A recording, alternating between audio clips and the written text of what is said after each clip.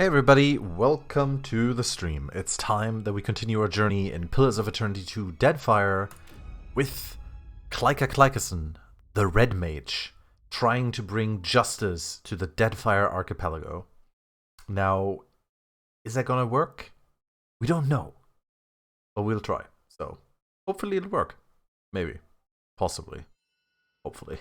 Alright, anyway, I just realized... actually, no. We're just going to be talking to the governor anyway. So we made it to the governor's mansion now. We had a bit of a run-in the previous stream, which made Klyka go down, so he now has a gaping wound.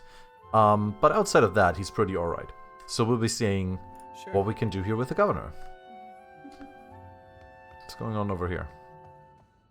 This painting of a wooded glade is signed Loisa Clario, or Louisa. Probably Louisa instead of Loisa. Alright, obviously before we do anything, we see if we can rob people. Why not? Apparently we can just take all of their stuff. Because why wouldn't we? Hello, this is the kitchen. I'm the health inspector. Hello. A single day of rest and the jungle will reclaim this house. Wow, okay. Nestled between the empty dishes and casks are an array of strong-smelling spices. Hey, Tech Dragon, how's it going? So this is stealing. This is not stealing. This is clearly stealing. Alright. Health Inspector has inspected the kitchen. Next up, Health Inspector has to be like, hello. Have to see if the bed was properly made. I'm the head mate here. A worn dog-eared primer on the Huana language. Alright. Yeah. Well, I guess this is where we'll find the governor. Loisa, Governor Clario. Okay, this is all stealing.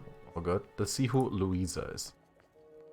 It sounds as if you had a narrow escape. The pirates have been bold of late. It's probably his wife? Probably his wife. We'll find out. Let's talk to Governor Clario. Ah, yes, there you are. As governor and under the auspices of the Medallion Trading Company, please allow me to officially welcome you to Port Marche. Port Marche. I was calling it Port Marche. It's called Port Marche. Okay. He spreads his hands in a subdued flourish. I'd like to say the pleasure's all mine, but I try not to lie. Don't worry, I'm only here on account of him. She bobs her head in your direction. Of course. I see you've been as quick to involve yourself as ever. Okay, Clario's tone is polite, but there is a strained edge to his wide smile as he turns from Shoti to address you. Interesting. So she had a bit of a run-in with the governor, did she? Probably, I mean, they are kind of like a religious, like preacher's cult, whatever, and I guess the governor had something to say about that. Apologies for that little drama outside. These are confusing times, and people often react poorly to uncertainty. Between the storm, the pirates, and the, well, certain strange events, we are all a little on edge. He spreads his hands in an apologetic gesture. As a drifter, I can say, that's alright. Never fit in much where I came from. Interesting. Is that why you came? This may be a Medallion Trading Company outpost, but I welcome settlers willing to work. I'm tracking down Eothes for the goddess Baroth. I don't know if that's like... Do I want to share this with some guy? Is he going to believe me? I have to find someone. A fearsome task out here. You have a great deal of water and land to cover. But I see your point. The sooner you are away, the less likely your quarry will slip the net, you know? Now, to the matter of your ship. You're stranded, are you? It was a rough landing by all reports. Unfortunately, our own ships are in no condition to sail. We've had dealings with the pirates ourselves. They've taken their share of supply ships. The storm saw to those berthed in the harbor.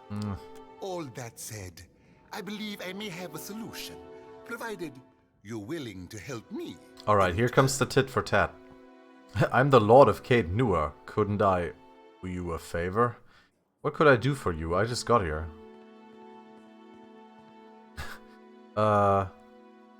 Actually, yeah, could I owe you a favor? Cadnua? A dear wooden castle, is it? An interesting proposal, To be sure, but I'm afraid the matter at hand is rather urgent. Aw. I have the guards on the lookout for Tried to throw my title looking to around, take did not advantage work. of whatever damage the storm caused. We've cannons enough to see them off, but I need every man ready to use them. There is a site of some considerable value elsewhere on the island. A value to the trade. I'm glad, Valus. This is a great game. In point of fact, it's the very reason any of us are here. You're familiar with the luminous Adra trade? History. I know that luminous Adra is native to the Deadfire. It's also quite valuable. When refined, it sells for considerable sums. The trading company has invested a lot of time and money into locating sites suitable for mining and processing. Okay, how does one go about refining Adra? How indeed?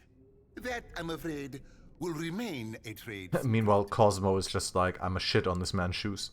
We, and I hope you understand that these matters require some discretion, have one such outpost on the other side of the island. A successful venture up until very recently. We sought to improve the refinement process. To that end, we hired some of the brightest minds in the field of animancy and brought them out here to lend their expertise. Yes, indeed. That is a ghost piggy. That is Cosmo. He's a ghost piggy that has little, I guess, stars and star signs and so on in him, like constellations. And he gives a party buff and gives me +1 constitution. He's very cute, and I can turn him on and off. So animancy is the science of soul manipulation, a field both controversial and relatively new, banned in some nations like Adir, but permitted in other countries like Durwood and the Valian Republics. Where did I get it? Just had it from the start. And then one evening, a storm rolls in out of nowhere, and my scouts begin to report that a giant has marched its way across the island towards my dig site. What am I to make of that? We haven't heard from Mestre Odorisi since, nor any of his assistants, or the workers. I must know what has happened.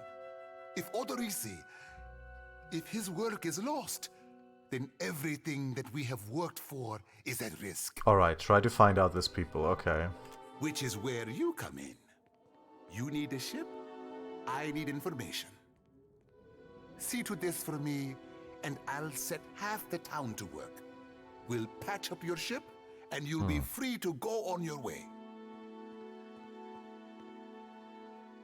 Do you have any idea what might have I happened? told you what happened, but you wouldn't listen to me.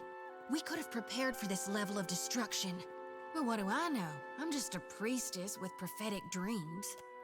Clario's jaw tenses, but he otherwise ignores Shoti's tirade. The Huana storm speakers should have kept the worst of the weather at bay. I can't imagine what else might have happened. There are wild beasts on the island, but they wouldn't have attacked an active dig site. Aelphas is out there stomping across the island, and you're worried about some research? Well, if Aothis happens to strike down the council, perhaps then I will have time to spare for him. Clario lets out a sharp breath, evidently flustered by his own outburst. Thoughtful, Shoti rubs a knuckle along the edge of her jaw. Please do not repeat that. We each have our debts. Whatever you believe is going on, you can see it for yourself. That is precisely what I want. And if I find this Odorisi?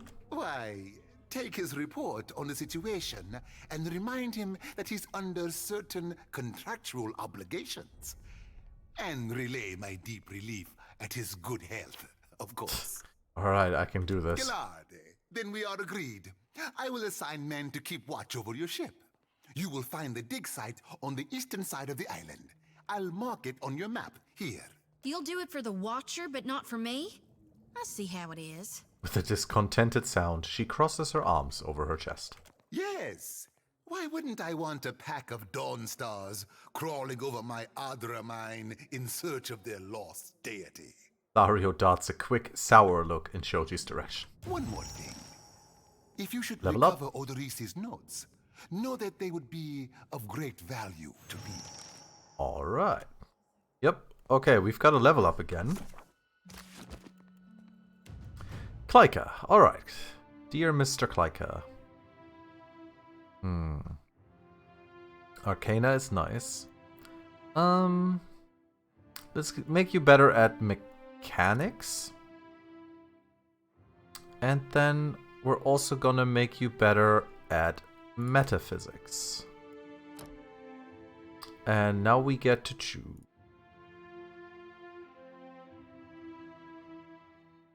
Oh, okay. Choose abilities for both classes. Oh, I see. One active skill point and one passive skill point, but I can't switch to wizard. Alright. One new ability for rogue and wizard. Okay. The rogue creates a small cloud of smoke that hides their presence. A dirty attack that makes the opponent unable to see, blinding the target. I do like the whole hobbling thing.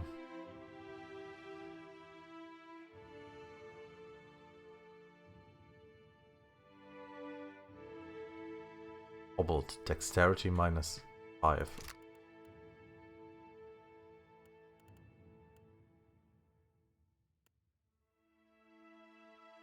Turning some of their hits into critical hits. Okay, that's just like in general. Specialized training increases the character's action speed while using a weapon in each hand. Yup, we want that. So that's good. We're gonna go with the passive here, because that's gonna be really nice. And then for the wizard.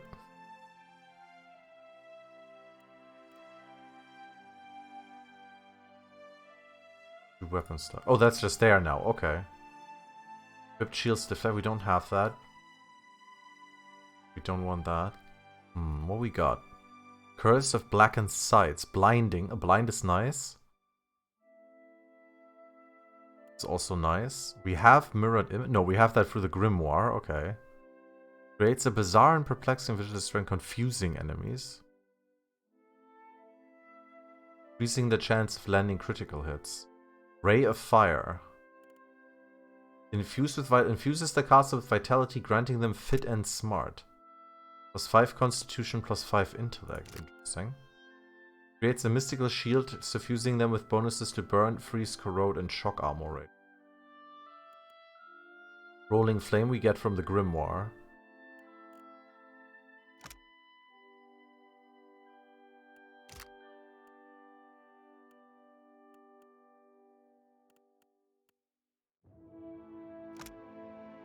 %15 of hits are converted to crits.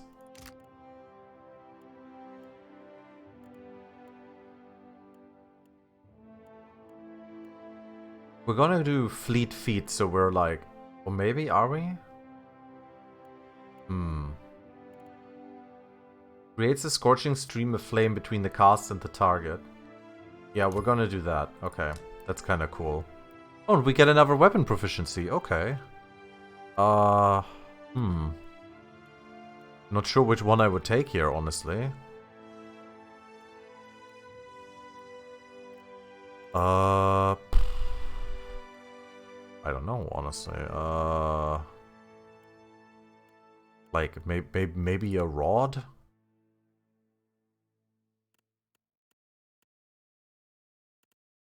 Stiletto.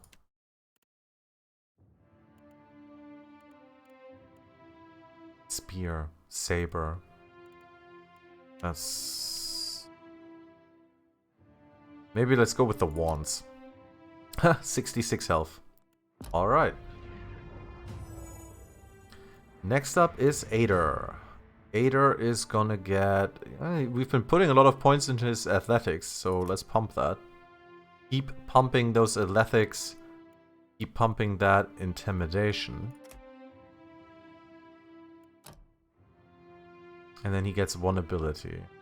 Into the Fray seems really good, because that's the one where we pull an enemy close and leaving them dazed, so we can like get him in there.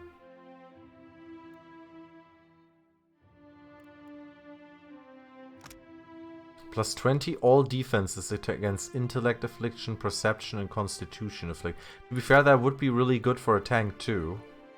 This costs 2 discipline. Kinda good to use though. 5-meter pull. Pulls him in if successful, dazed. Maybe go with passives a bit first. Grazes to hits on any attack. So we basically always get hits instead of grazes. But...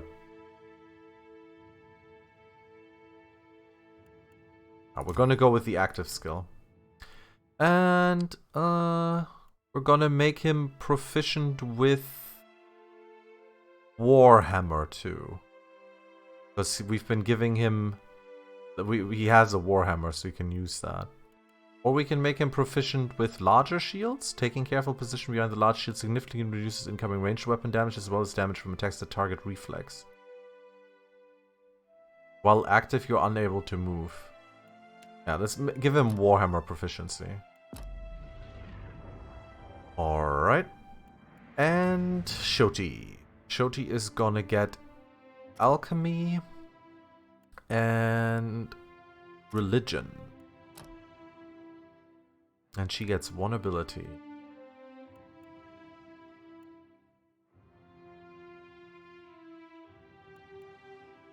So she can do... yeah, but her lantern counts as like a shield. Creates a slow-moving energy projection, returning health to allies and inflicting freeze damage to enemies. Okay, that's kind of cool. Grants target ally the Fit Inspiration. +5 Constitution. So she could buff our tank up.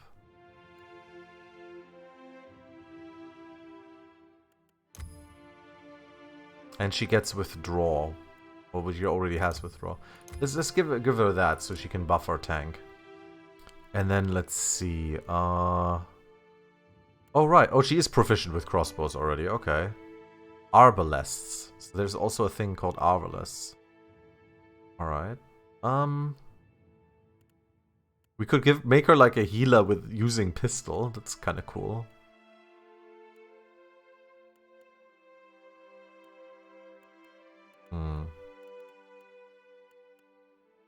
Let's make her proficient with arquebuses. Why not? I think we actually have one of this.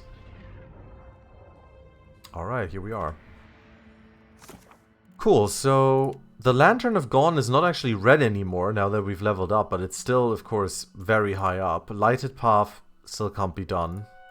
And I guess we want to reach the dig site now, so... go get that done.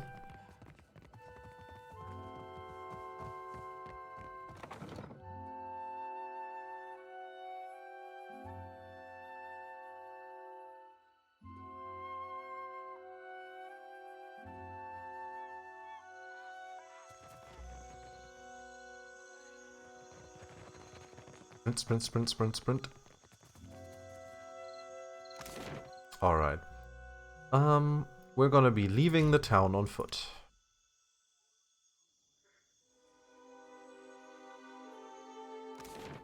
Which brings us back to what I presume is the world map. Which we haven't seen in a while. But here we are. And you can't actually... I see, Engwith and Digside. Okay, there's a Deadfire merchant. And apparently there's like a harbor all the way over there. I don't know. Known locations. Belario's Rest, that's where our ship is. Port Marge, Engwith and Digside. Set course. But I think what we can do now, because we didn't go there first time, we can go to this burial site and check out what this is about. By the way, even here I can speed up time, but it doesn't actually speed up time that much.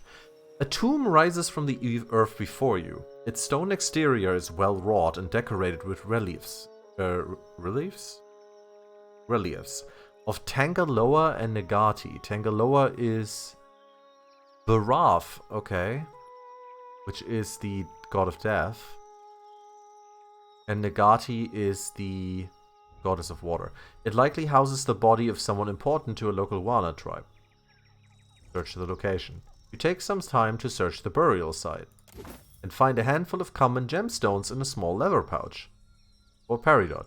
Keep searching. You continue poking around the burial site for anything useful and find a handful of common gemstones in a small leather pouch. Keep searching. You find a ward stone nestled among the offerings. A Sigil of Darkness ward stone. Okay. Pastime 1.1 immunity to Sigil of Darkness attacks. You continue poking around. We're just spending the whole day here. You've rummaged through the whole burial site. There's nothing left but the dead. I kind of feel like this is bad, but I guess we did it. Maybe not quite what a red mage would be doing, but I don't know. We'll see if this actually has any consequences. So what is going on here? So these are the Opohowaro Woods and the Wakura Pass. Okay, let's check out the woods, I guess. It does say battle, so I guess this means we'll run into enemies here. Thick woodlands spread to the east of Port Mahe. Maje? I already forgot. God damn it.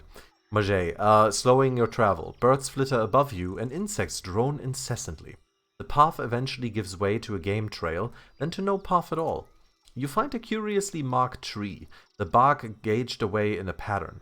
The striations seem to run upward, from right to left, just shy of vertical. Apparently, thanks to my survival and perception, I can examine the markings. We will choose him because he has both survival and perception. Adair examines the gashes in the wood, then plucks a tuft of hair from the side of a tree. A wild boar did this. Adair taps the tree. Look at this. The sigil has been lightly carved into the wood, so faint as to be almost imperceptible. You press carefully into the forest, your clothes damp with the humidity and the water dripping from the trees above. A quiet rustling in the underbrush draws your attention northward, deeper into the forest. I could use stealth to hide in the undergrowth. Okay. You duck silently behind a log and still your breathing. Whatever's making the sound draws nearer. Through a gap in the foliage, you make out a tall island Amoa standing among a small sounder of wild boars. Matted copper hair hangs over his features, and boar hides drape his frame. Despite his presence, the swine seem entirely at ease. I think we found the Swine Whisperer. Greetings! The man stands abruptly, spinning on you, his staff raised as if ready to strike. Ikera! Then who are you? Or what are you here? The Huana language thickens his accent. Are we gonna fight him and the swine now, because we said hello? He's a big man. Adair perks up at the sight of the boars, alternately imitating their grunts and chuckling. Only at length, in what appears to be a heel-dragging afterthought, does his attention at last turn to the strange man in their midst. Dirt darkens the folds of the man's skin. His lips curl over jagged teeth. He waves the stick at you. No, never talk. Just go. Leave this forest. Go leave these islands. Go return from where you've been. His Adaran is halting, the language thick in his mouth. I have bluff. I came here looking for you. The people on the coast said you could help me. Should I bluff? Why not? They always think they know better than this kith in this wood.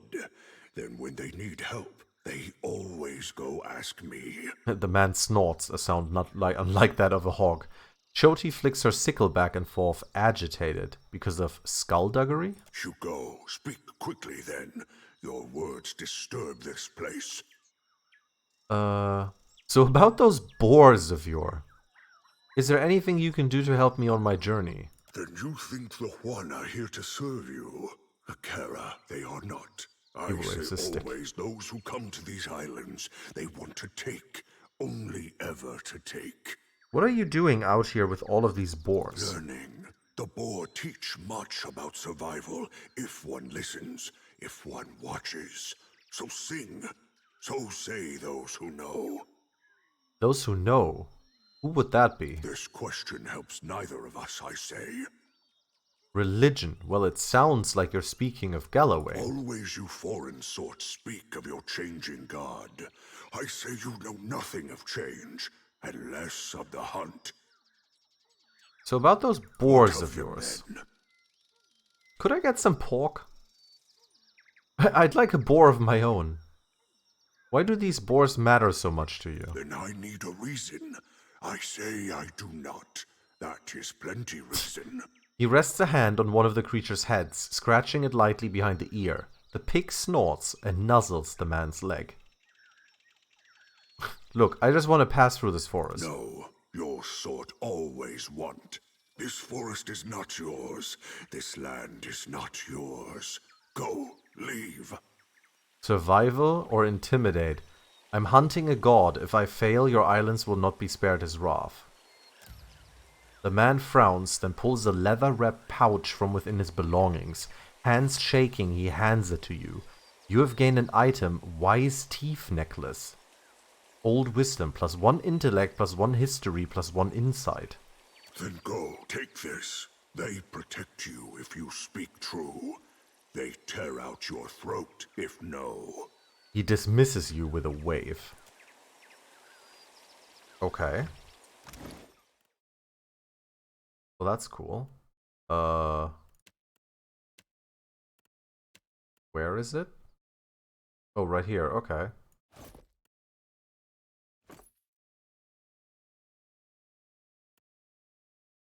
Oh, well, we're gonna give this... Actually, we might give this to Shoti?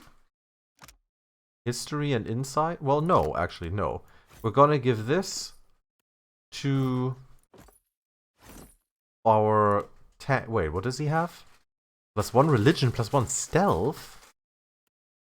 Ain't no one want that. She can have that.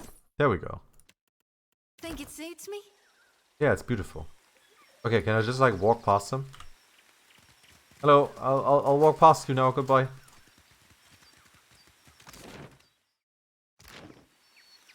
Wonder what's over here. It's nothing. Oh wait, right. I just realized something. There we go. Wait, no. No. There you go. We now gave her a gun. She's now officially a sister of the sororitas. Spreading religion at gunpoint. Very fine.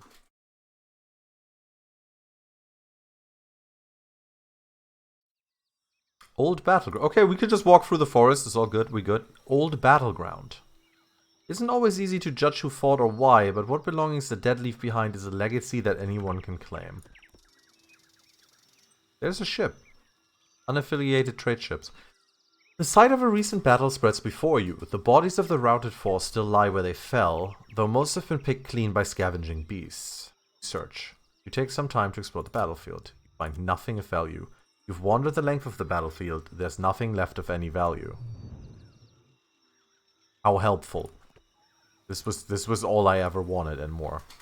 Okay. Let's explore more. Those are some big footsteps. A solitary rice farm. It looks bountiful enough to welcome trade. Okay, they just sell rice.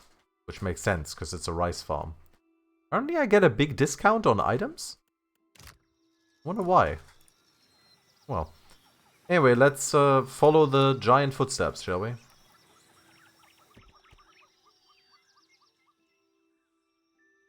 The trail before you seems thoroughly disturbed by erratic tracks, the sparse plants to the immediate sides of the path roughly mangled.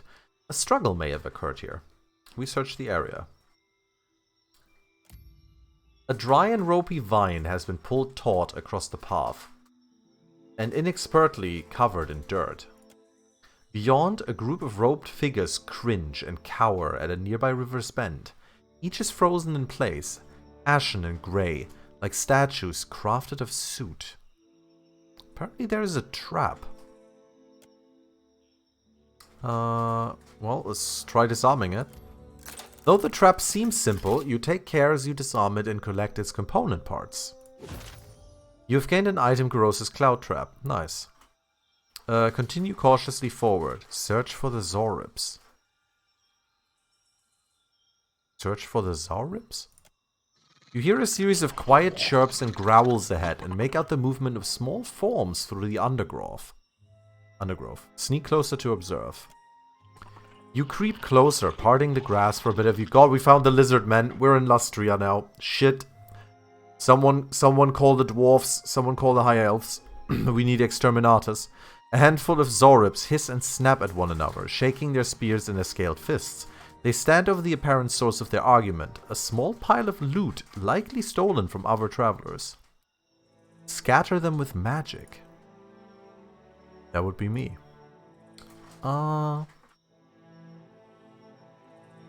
Let's use a Fan of Flames. That can only be good.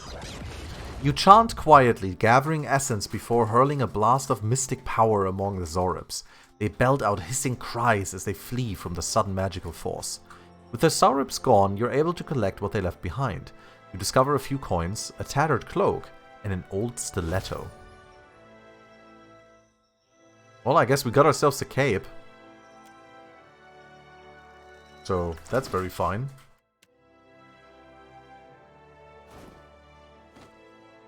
Aha! Now I have a cape! I'm becoming more and more dashing by the minute. What do we got here? Fresh fruit. Oh, and a shipwreck. Waves batter a splintered hull that doggedly refuses to sink. Whoever abandoned this may have left something behind. A junk bobs just offshore. Its hull is scored with deep gashes above the waterline, and parts of the stern are burned to cinders. There may still be something worth salvaging in the hold. You take some time to explore the wreckage, and find nothing of value. We try again. And find a chest full of coins. Azata Nui shells. Search the ship top to bottom. There's nothing of value left. Alright. Rest or wait? So what we're gonna do here is we're gonna see about resting because I want to get rid of Klyka's gaping wound at this point. A gaping wound! So let's see. -1 dexterity, -15% damage taken.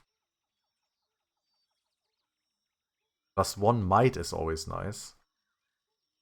+25% healing received. That's pretty good for our tank.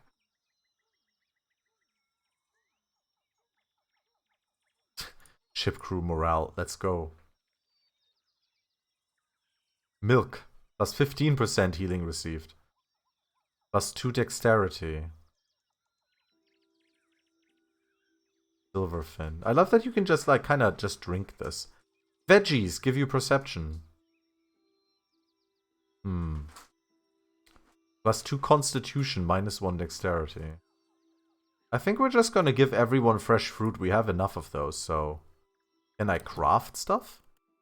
Yeah, but not food apparently. I don't have what I need for that. I need like oil and stuff. Okay. Rest. A proper rest by the campfire. Having some nice food. Now then, did that help for Klyka? Yes, Klyka is back at full health. Nice. So, here we go. Sorry, had to sneeze real quick. Here we go. The Engwithan dig site.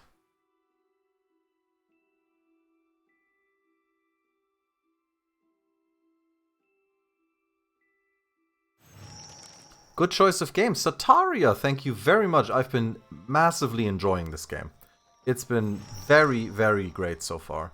There is a giant puddle here made out of a giant footprint. Why not? What? Oh no. Alright. I'll just grab your shit. Shoti bends double, hands resting briefly on her knees before she wipes sweat from her brow. Huffing to catch her breath, she glances up to you with a bright smile. Copper pyre? If you'll spare me a minute, I'd like to perform a last rite for these poorly departed souls. She reaches for the lantern on her hip. Please, Watcher. Without my guidance, they might have a hard time finding the light. So, even though I can see that there are no souls here, I will allow it to her because there's no reason for me to, like, shit on her religious beliefs. My mighty kind of you. She grins happily. With 2 intense strides forward, she unsheaths her sickle and lantern, fluidly swinging each in a series of well-practiced movements. Chanting, whirling, weapon slicing the air, Shoti's voice lilts and falls in an invocation, a summons to any departed lingering in the area. This here's a final call for all souls. Last stop for the lost. Gather round now, I'll cut you loose and haul you into the light. Swinging the lantern faster and faster, Shoti plants her thighs wide and then thrusts her arms up high over her head. The lantern ripples in her grip, and the light from within flares blindingly bright. In the silence of your held breath, it almost seems like a soul should sift up from within one of the corpses, quivering in the air before siphoning into the lantern's fading brilliance. But the ashen bodies are bereft of souls, so in the end, Shoti's light fades without acquiring anything. You got one, I'm not going to say anything. It's my honored duty to reap and shepherd. Oh, you played this earlier, Sataria? That's great. Reborn. With Aethys dead, me and the other Reapers gotta gather as many souls as we can. Yeah, Shoti, you believe that. You believe that. We'll keep your innocent beliefs alive. We'll keep him safe until Gon returns to hell and can take him into his divine embrace. Rub the dirt from her cheek? No. What do you mean? I'm keeping lost souls. And here. She taps the metal frame of the lantern. And that's all I care to say for now. Let's go. She nods before setting off.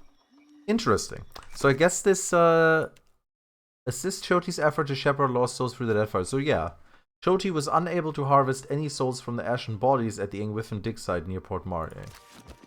Okay, wait, does it? Shoti harvested a soul on Gorechi Street near Port Marie. I've decided to help Shoti fulfill her duties. Interesting. So that is actually a thing that is eventually going to, I guess, figure into her side quest.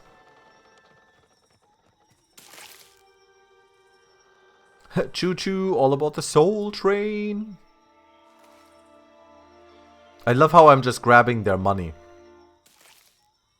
I'm just like, okay. Well, this is a big map, okay. Eotha's footprint. Man could at least wear some shoes.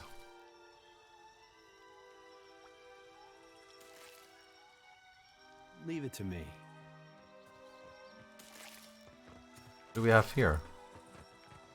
That's a big statue. Interesting. Bronze, definitely.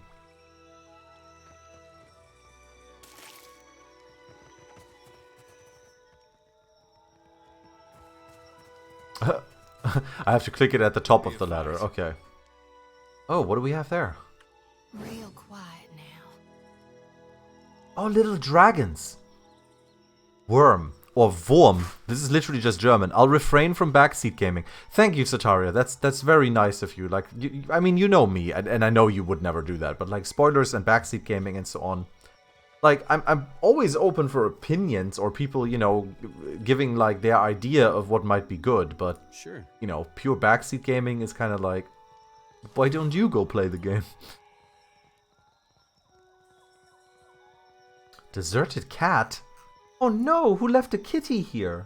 It's gonna get eaten by the worms. But oh, I just pick her up? Hello, kitty. Gosha, the pet. While Gosha is following you around, you receive a bonus to perception, and enemy weapon attacks are less likely to crit against your party. You finished it twice, damn, okay. So only my main character can have a pet, huh? Cosmo gives constitution, she gives perception. Okay. Perception was accuracy, right? No, yeah, perception is accuracy and reflex. Ah. Cosmo also makes it so your party is more effective with healing spells and potion. Well, I really like kitties. There are a lot of pets. Okay, that's good to know. I really like kitties, but I mean, we have a cosmic pig. And how can I not use the cosmic pig? I mean, it's just so fitting. But yeah, cosmic pig stays for now.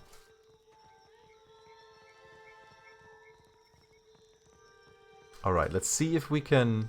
Let's see what we can actually, like, do here. Let's see what we can actually do here. So, he's gonna stay up here. Yeah. And Klyka and me... Whoa, whoa, look. No. Oh, no. Yeah. Oh, no, no, no, no, no, no, no, no. You can do, like, some real Metal Gear stuff here. Okay.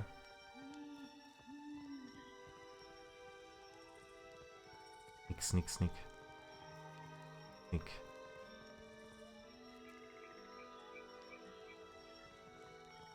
Sneaky, sneaky. Happy to oblige. Sure thing. Yeah. I can't actually see how far. I guess he... Ah, there we go. Trouble up ahead. Klyka. Klyka, go for it. Oh no! There are boars!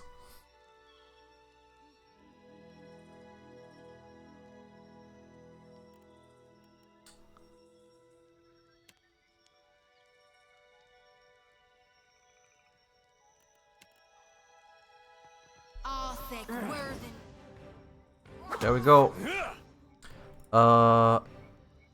Wait, why is he... Wait, what about your shield? Wait, you have a shield. Oh, I guess if he... Cleaving stance. No, we're gonna put you into defender stance. How about your penetration against these guys? Oh, what do we have here? Dark Persona with the raid. Thank you very much. And welcome, everybody. Hello, we're doing Pillars of Eternity 2. Penetration looks alright. I don't think I really... Maybe a little bit.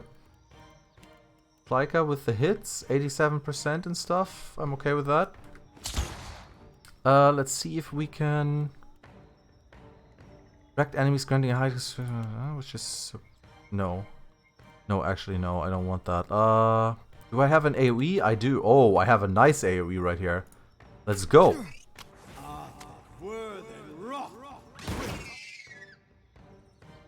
Okay, what just happened? I think I killed people. Okay, that's always good. Killing people is good. Is she not shooting? Yeah, she is shooting. I guess she's just slow at it.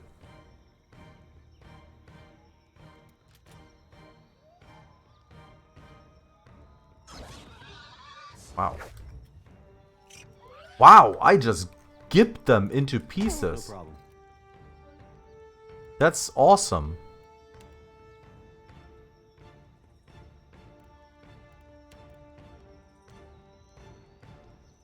Was aware again. Oh yeah.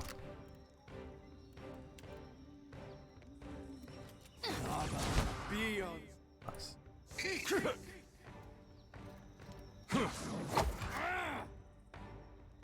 Counters. Okay.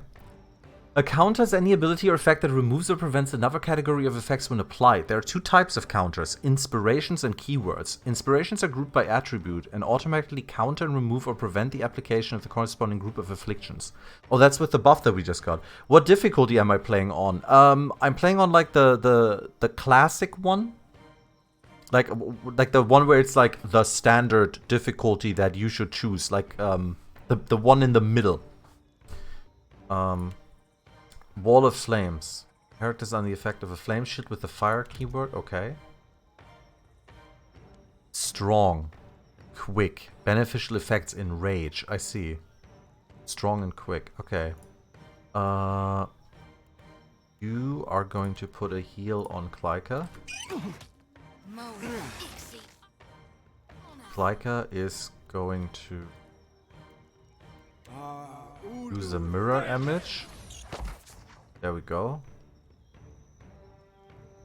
Like a go into combat. Close combat. Nice one.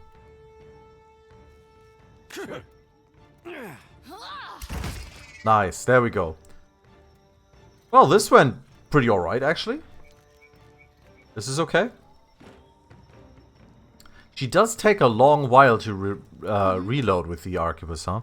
The arquebus wielder takes time to line up a well-aimed shot. These attacks are far more accurate. That makes sense to me. Happy to oblige. Nice, very fine. Let's see what we can pick up here. Leathery wings, lots of ingredients, which makes sense. I love how there were just two boars, just kind of chilling with some little dragons. Like they were just like, all right, yeah, yeah, we can live together. We're just grazing. And the dragons are like, you know, we eat meat, right? And they're like, ah, man, you're not gonna eat me, right? Nah, I'm not gonna eat you. Why not? Whoever was in here left in the middle of drinking their tea. This looks ominous. Razor Guild Dust. Applies the poison. Oh, poison. Oh, okay. And a scrolled note. Ferris, take this coin out to the Wana village and see if you can round up anyone willing to do a week's digging for pay. Try the low-case types first, the Roparu. They're used to hard work and they don't ask for more than their share. Foreman's quarters. Well, there's a lot going on here, so arena sublevel.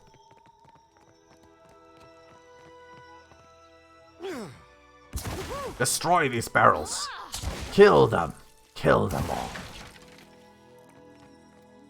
Sure. Interesting, they don't seem to have recovery time when they attack barrels, which makes sure. Boars are nasty creatures. I agree, like those boars probably rocked up on those dragons, and the dragons were like, the fuck are you doing here? And they just like look at them in an angry way, and the dragons are like, alright, not gonna fuck with you, okay. Please calm down. Get some rice. Anger piggies. We talked to a boar druid earlier, and we told him that we're hunting a god, and he was like, here, have this. Oh wait, I want to try something.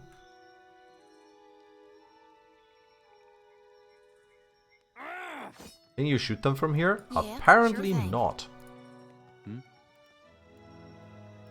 What can I do How you far for? can you shoot with this? Wait, you can't shoot them? Of course you can. The season of harvest is here. This is interesting. They don't let me Happy shoot them to from up oblige. here? Really? Even though I can literally just engage this? And I What can am do in you range? for?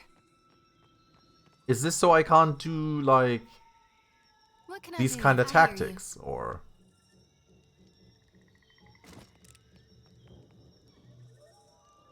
Dim in the lantern. weirded out, honestly. But... alright. I guess not. Oh, you hate boars.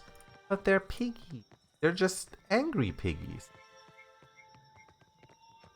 Don't be mean to pigs. No pork.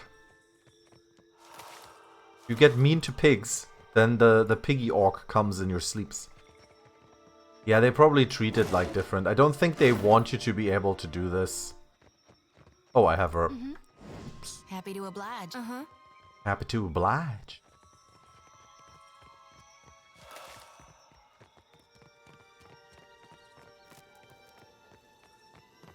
Alright, Dim in the lantern. let's sneak down here. Stealth is always nice. I see a soul in the darkness. One ready for reaping. Panthers. Young What can I panther. do you for?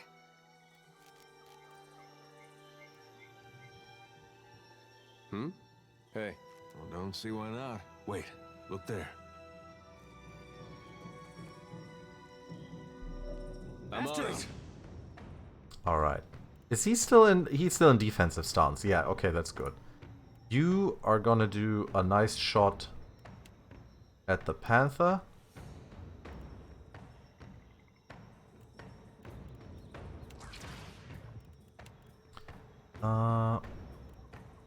We have like a nice AoE here. Oh yeah, the rolling flame is fucking hilarious. We're gonna do like a nice AoE again. Not hitting our own man, by the way.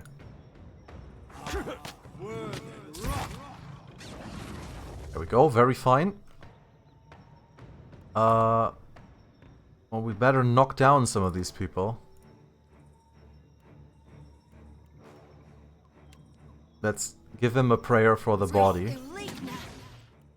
And let's see about dazing these enemies. Klyka can actually use another one of these. The true red mage uses tons of fire. This weapon's no good to me. Nice, very fine. So what are you up to here?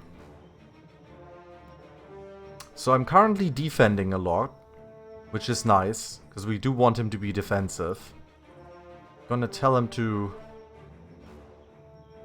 knock down this panther. And she can get a little... can shoot this panther. Klyka can fight this worm. Does Klyka want to fight this worm? Klyka's gonna use a mirror image first. Klyka killed the worm, okay. Klyka can also kill this worm. Klyka can miss the worm. That works too. Klyka killed the other worm. Okay, Klyka can kill the young panther.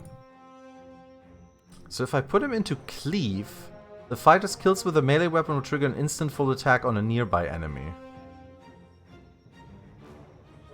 My only experience with boars is having them ruin my parents' garden. Yeah, that okay, now I understand why you don't like boars.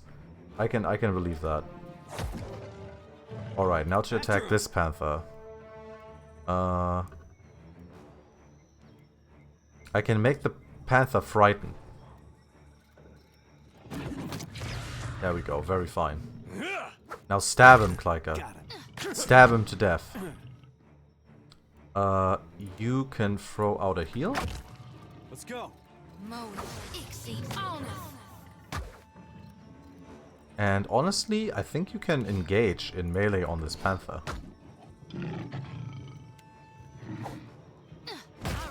Nice.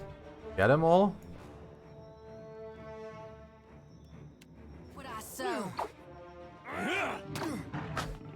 Go take him out. Nice. There you go, the last one goes down. Perfect. That was good. It was a good fight. Sadly, our man is not fit anymore, but that's okay. Panther Fangs, here we go. A nice little safe going on. No one went down. We're doing well, we're doing well. Wait, Klyka with 70 health? Yeah, I guess that does make sense. Okay. Quite a few things down here. Happy to Oh no.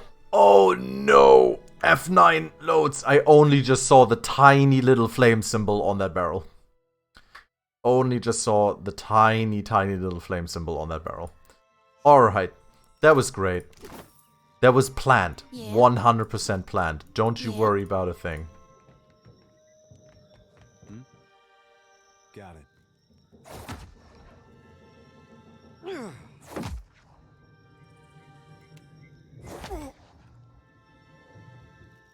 Nice hit.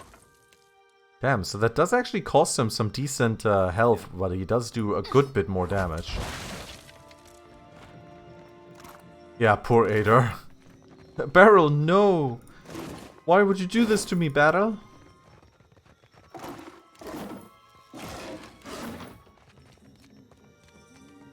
What do we have here? The generator occasionally vibrates wildly, and you can faintly hear the sound of metal grinding on metal from somewhere inside the machinery. Well, I guess we go in here. Several men and women appear to be locked inside a cage of some kind. They're little more than silhouettes behind the glass, pointing and gesturing excitedly. You out there, are the beasts gone? One woman comes up to the door, hands pressed against the glass. I took care of the creatures. The woman turns away to have a muffled exchange with the others. Then she pulls at something by the door and you hear a rattling clank. Is this some kind of, like, safe room that they have? That's pretty amazing. It's like an escape room or something. Perfecto. We are saved. Wow, that is one happy Animancer. He's like, ah, yeah. A youngish man with bright eyes and a twitching smile claps his hands in joy as he steps out of the cage. The woman next to him, however, remains sober. Me and the Watcher? We're always happy to help. She beams at you, eyes filled with pride. Governor Claudio must have sent you to rescue us, no? But you do not look like one of his guards. She's Benessa.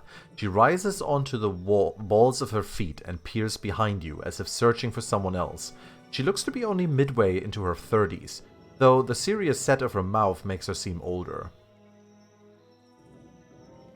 I'm just trying to figure out what's going on. Actually, Claudio sent me to find Odorisi or his nodes. They're still carving a path through the jungle. I'm the vanguard.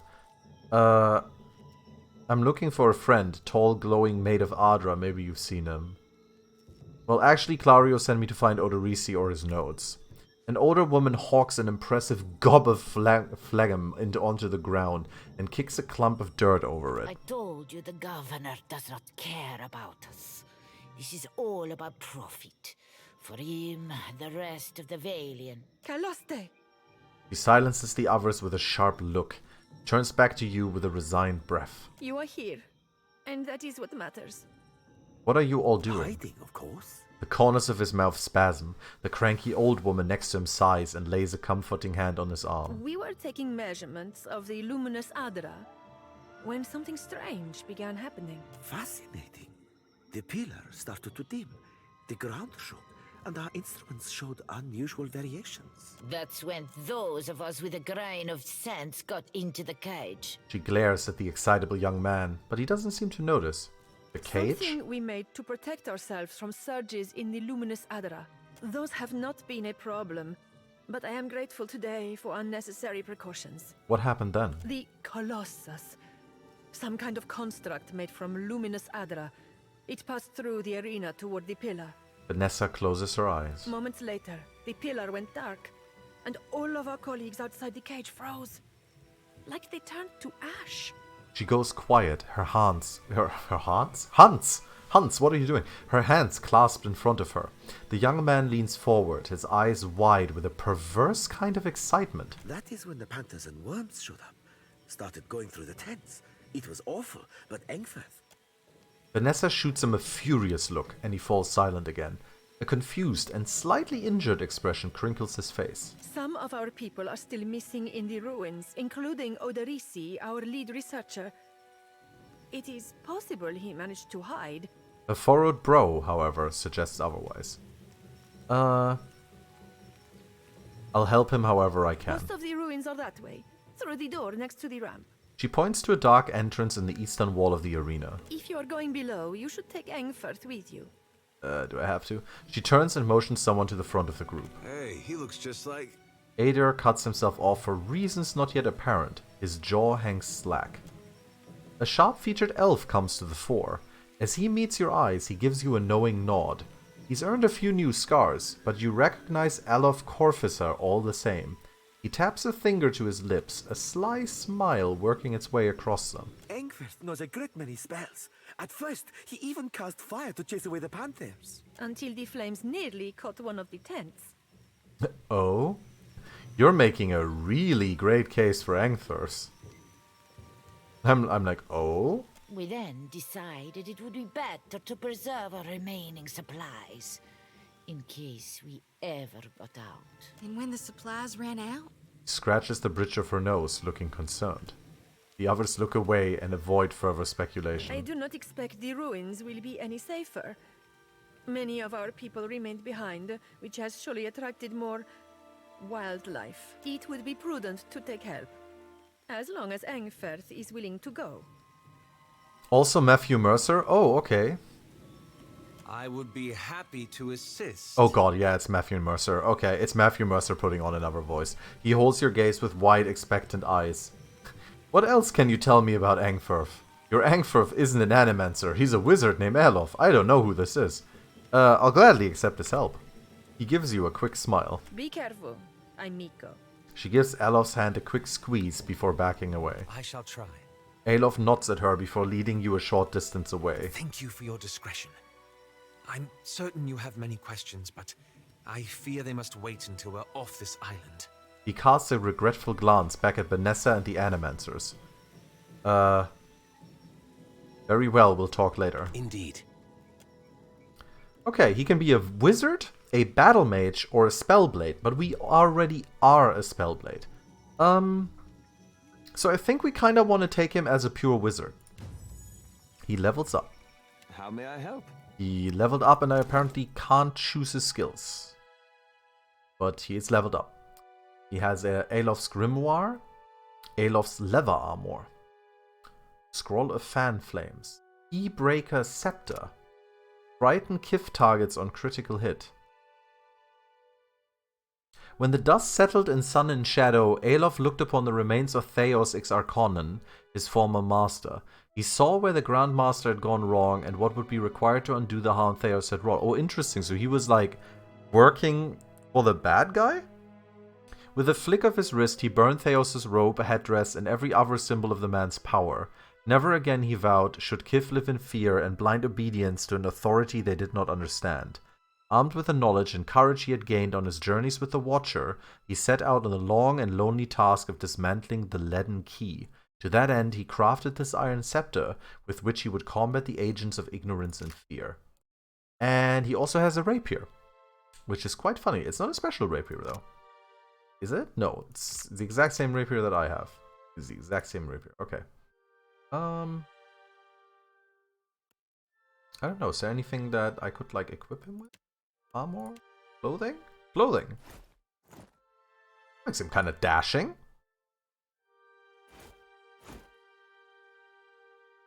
Make him dashing. I like that. You can give him a cat. Quested items. Okay.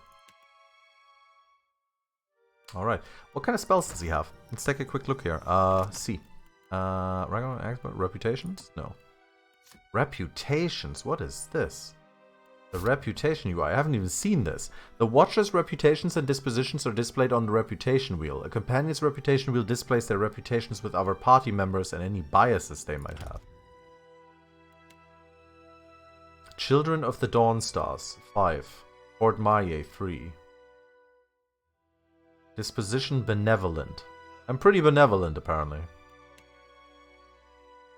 Ader does not respond well to criticism or hostility towards the followers of Eothas. Ader has a negative reaction to people who are cruel or callous towards animals.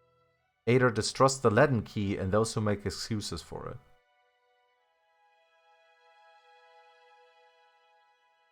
Oh, interesting.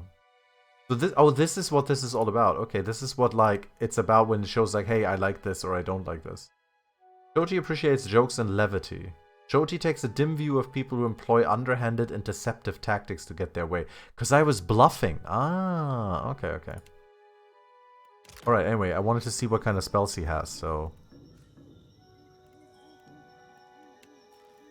What can I do you for? Yeah, how may I help? So he's got a Keybreaker Scepter, we said about this. So he's got Jolting Touch, Fan of Flames as well, Minoletus Minor, Spirit Shield, Miasma of Dull-Mindedness. A cloud of heavy fog settles in the minds of those in the area of effect. Good, okay. Necrotic Lance, Corrode Damage. Rolling Flame. Combusting Wounds. Causes enemy wounds in the area of effect to ignite, inflicting additional burn damage over time each time they receive damage. Interesting. And he can empower. Empower yourself to refill half of your expended resources or empower a spell. Eh? I also have empower. Hey. Everyone has empower. Aye? Interesting. Alright. Let's take a quick save here. Okay. Be careful. The tunnels below may have We're collapsed. lucky the cage worked. Now, if I remember correctly though, Ancient Training Hall, Luminous Adrapole, Foreman's Quarters. I think I want to check those areas out first. Also a table here. Scroll of Minor Healing. Weather Journal page. Whatever Odorisi did to that last batch, it's working. We're seeing much higher concentrations of essence in the harvested Adra. I only wish he'd let the rest of us in on his methods. One of our Huana workers got the jolt of his life transporting one of the crates, and that's on top of the one that got blinded last week. All Odorisi has to say for himself is that they were careless. I'm the one paying these islanders' families out of my own pocket. At this rate, I'm going to be the one idiot who comes out of this whole enterprise with less money than I started. Sataria, was that backseat gaming? I'm just joking. Scroll of Minor Healing. We're gonna give her that so she can like you. Happy to oblige. Luminous Adra Pool. Let's check out the pool. Maybe we can dip in. Have a nice dippy. Dippy in the souls. Oh no. Uh-huh. Oh god, it's imps. Okay. Worms and imps. Brine imps. Immunity ground. Immunity mind. What does that mean? Someone tell me what immunity ground means. I guess they can't be grounded or something? I guess spells that are on the ground can't hit them. I guess that would make sense. Okay. shoot them. You, shoot them. Klyka, shoot them. You, get the fuck in there.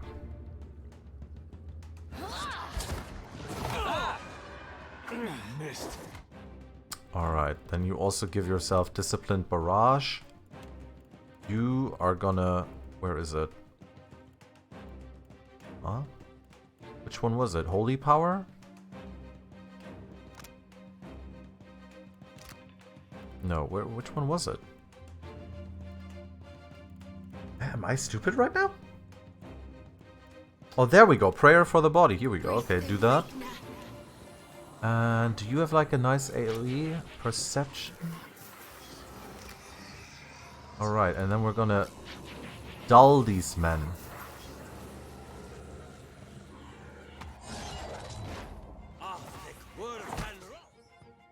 Nice. This one, this one, this one. Actually, no, you can help with this guy. Let's go. Knock him down, baby.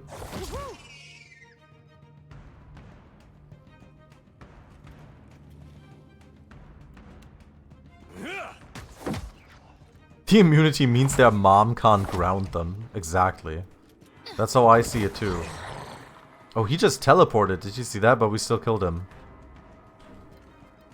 Nice, very fine.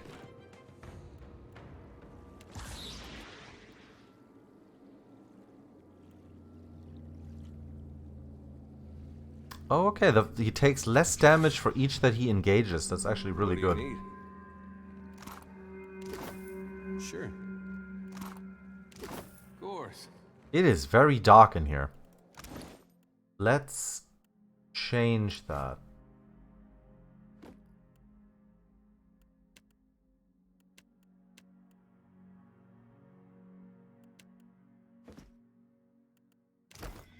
Eh? There we go. No problem. Luminous Adra dust. This is really cool. I really love the way this game looks. This is such a pretty game. I guess that was it. This was like the whole area here? Like just a little pool?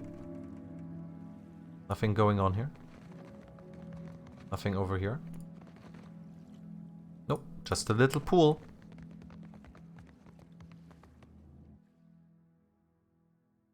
Alright, let's check out the Ancient Training Hall next. We can go in here for a second.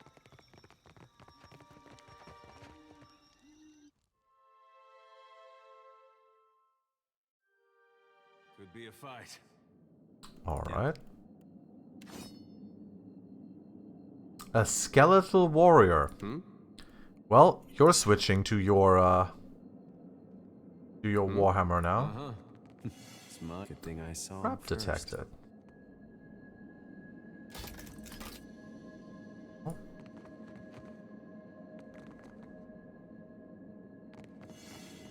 After him. It's a Skeletal Warrior. If I have this, I do 100%. If I switch to this... Yep, I knew it. See, this is why I brought like a Warhammer and stuff like that. Okay. You take care of that trap, Klyka. Actually, wait. Run! I knew it! He triggered it! Oh no, Klyka, what are you doing? Klyka, get the hell out of there. You get the hell in there. You get over here. You... More Skeletal Warriors. Okay. If I switch to this... No, that is terrible against Skeletal Warriors. Okay. Withdraw was that. You're gonna... attack this guy. You go over here, Klyka.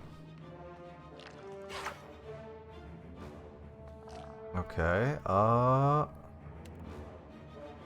we're gonna do a lot of fire damage to those poor skellies.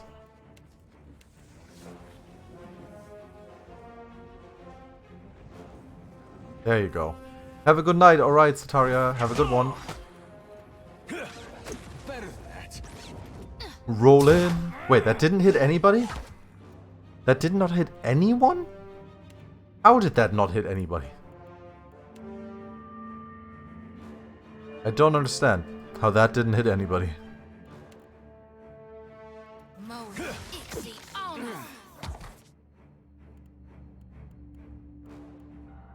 Okay, I can't do another... I can do this, though.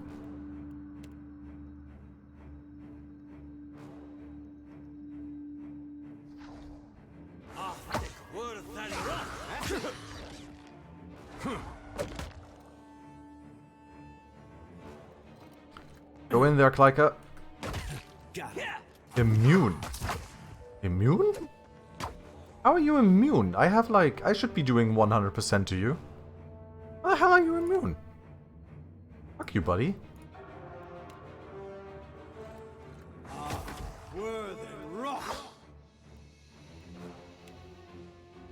That's not good.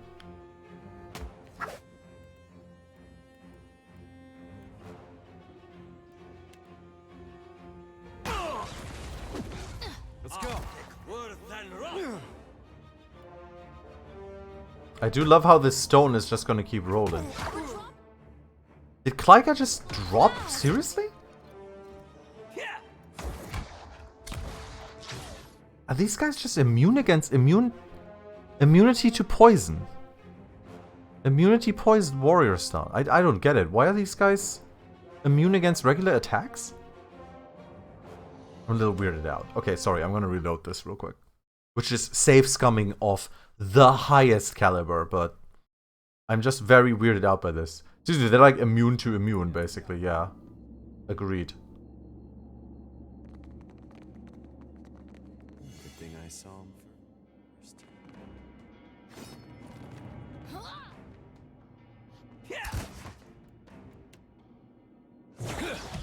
Come on. Okay. Klyka here.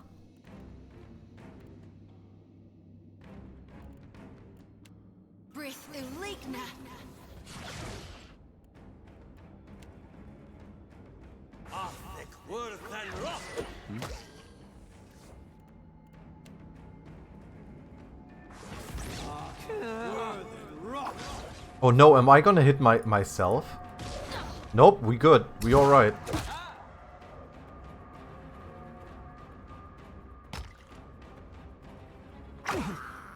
No, Klyka, I don't want you to...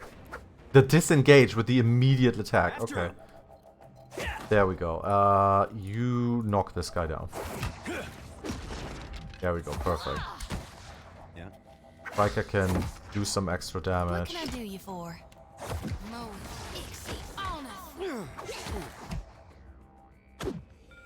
How'd I miss? You too.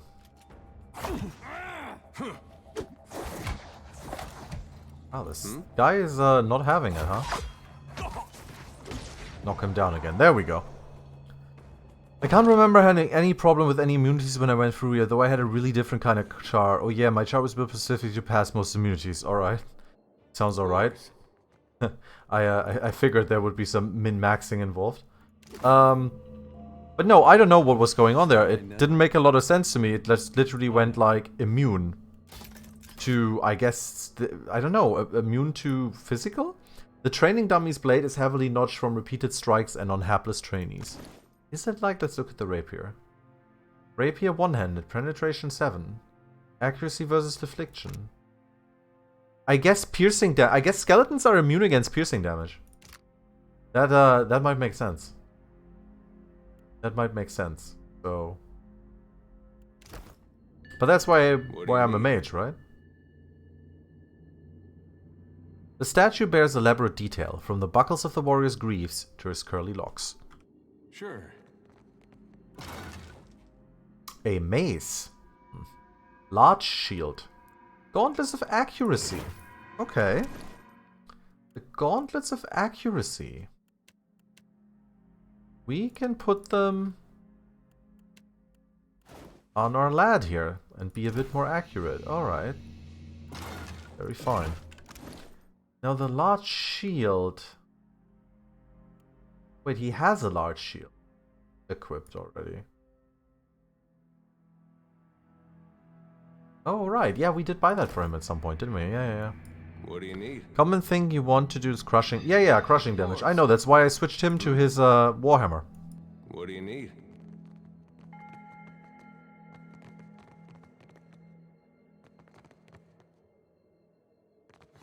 That's unusual. I'm gonna switch you back to a torch, though, so we can actually see some stuff here. Leave it to me.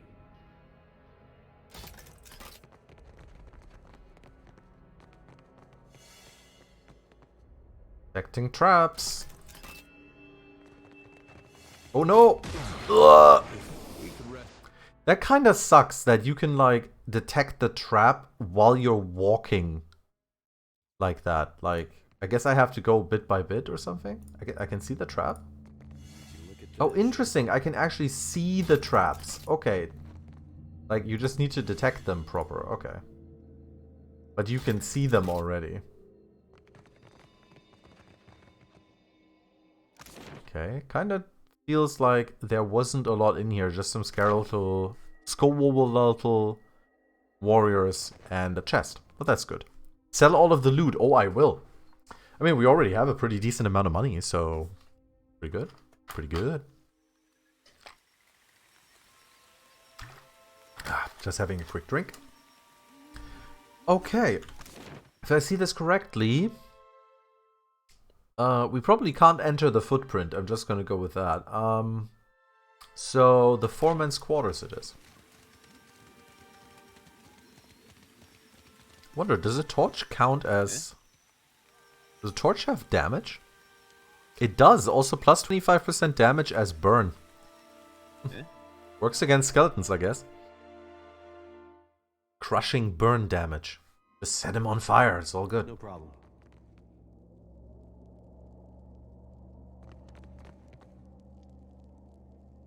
Hopefully no traps in the foreman's...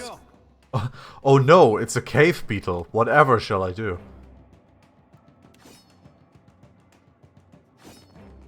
Oh no, it's multiple cave beetles. Shit.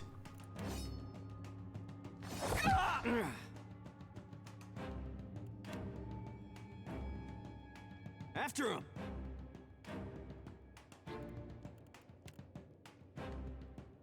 Arthic, word and wrath.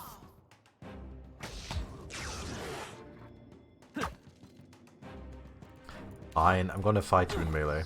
Okay, I'm not gonna fight you in melee.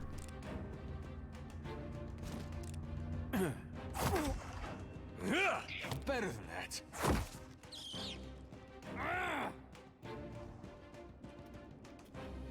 Seriously, cave beetle ambush is so good. Just like little cave beetles. Just ambushing us. Alright, we got him though. That was no big problem here. Carapace. Legs. Lockpicking. Lockpick cost 1. Yep. Let's go. There. Done. Potion of minor healing and copper pyre.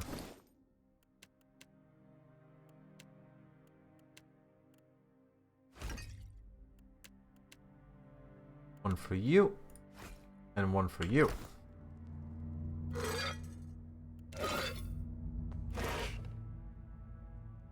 Champion's Medallion. The small Adra disc was apparently to be worn as a medallion. One side of the disc depicts a figure with its arms raised triumphantly above its head, a blade in one hand and a shield in the other. The other side of the disc has been worn smooth with time and is unreadable. One of the workers dug up this old Adra medallion in the sub-level yesterday. I doubt Odorisi would be interested in it, and besides, it looks like it's worth something. Might be nice to surprise the crew with a bonus. Nice. Yeah, I know, those bugs actually... would be pretty damn scary. Yeah, so this is a quest item. Champion's Medallion. Definitely wouldn't run into bugs, wouldn't want to run into bugs like that IRL. Like, that would be terrible. They would just be like, skitter, skitter. Okay, we're quickly gonna check out if there's some more here. AKA there are more corpses that I can loot. Which is a very proper thing that someone who is fighting for peace and justice in the land would absolutely do. Because, you know, justice is also that money from these people gets to someone who can use it. So, that's me. I can use the money. How much money do we have? I haven't actually looked at our finances in a bit. 3,880. Very nice. Alright. Why not? Let all champions pay homage to Exandros, for without him there would be no glory. The copper bowl is tarnished to dull blue-green. Grime and dust coat the surface in a thin film. Examine the bowl more closely. At the bottom of the bowl is a shallow circular depression. Aha! Because of history, you recognize the Offering Bowl, an artifact found in many Engwithan ruins. It would have been intended for use only by Engwithans who held high rank or had made some great achievement. In an arena such as this, a champion might fulfill that role. Place the champion's medallion into the depression. Secret room! Very fine. Very, very fine. That might give us some goodies, maybe? Oh. Oh, those are ominous lit candles. I'm not sure if I like this. Here rests Exandros, most virtuous architect. Amulet of Health, plus 15% max health. Oh. I'll take that. Thank you very much.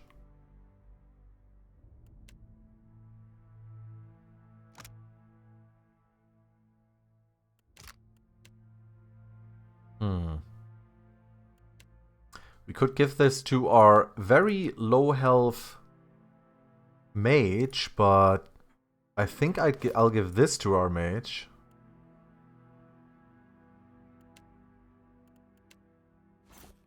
There we go. And we are going to wear this, so we have some more health. For me?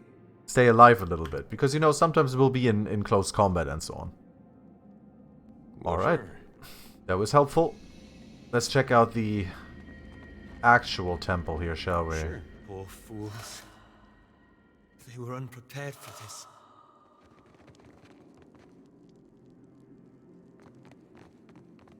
Everyone's just kind of sprinting ahead.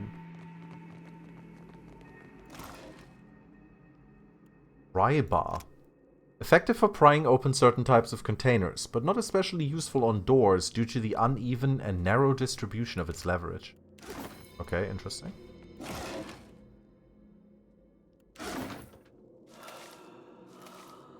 Vessel flesh? Is that like an ingredient, I take it? Yup. Right. This. Guess that might be Adra.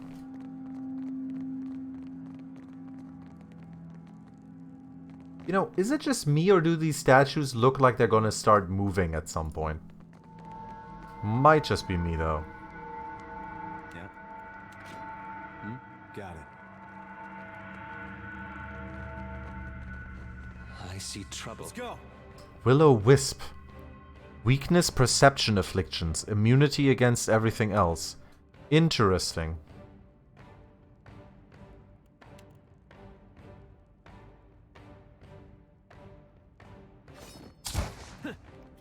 Oh, Klyka has a fucking torch.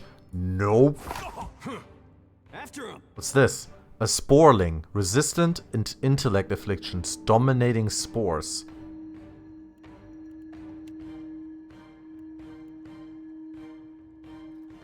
No, no, no, no, no. No, run. Run from the sporling. Grab the sporling. Target destroyed. Nice.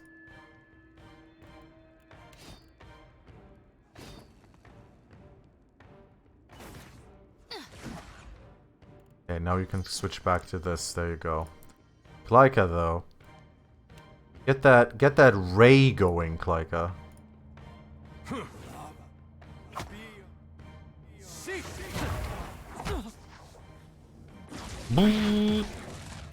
Oh yeah, look at that. That's the proper ray of doom we got there. Do I have like I have a perception thing, which would be this here actually.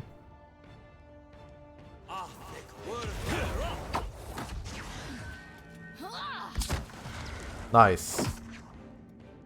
It's kind of funny how games make these things really unscary, whereas humanoids are often really scary. Oh, in games you mean? Yeah, that's true actually. Like big bugs and so on are often like, oh, it's a giant rat, okay. Or, guess it's a bug. Oh, whatever. Why not? But you meet some guy in armor and you're like, oh shit, it's going down. This is gonna be hardcore. The walls here have collapsed inward, barring any further progress. The season of harvest is here. Is it though? The season of harvest. I'm harvesting. Oh, he still has destructive channeling on, I just realized. Let's not. We also still have that on. Here we go. No problem. Yeah, we just kind of grew up with giant monsters. Isn't that super weird when you think about it? That we just kind of grew up with that? So here's an exploding barrel. Oh wow, that's actually a lot of people. Okay. That is a gunpowder barrel, but none of these are gunpowder barrels. Barrel.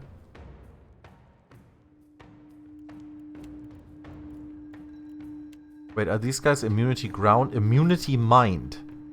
So does this do mind? Keywords, mind and illusions. Oh, so these dudes are actually... Oh wait, there is a gunpowder barrel. You do not run in there. You are not running in there. Shoot the gunpowder barrel. Shoot it. Bam. Wait, did that do absolutely nothing? Pile of gunpowder? Why did that not explode? This is hilarious. Okay, that did not explode for whatever reasons. He just runs in here. Okay, Klyka. No, use the ray? No. Use the roly-poly, Klyka. You get out of the way. You are gonna go well, more over here, I guess. I shall. And then you're gonna use this on these guys. Oh god, Klyka just instant killed. Holy crap. There you go. That's kind of what I wanted to do. So let's start this over again. I don't understand why the gunpowder barrel didn't explode, but okay. Because I was just like, here, pew pew, explode, and it just did nothing.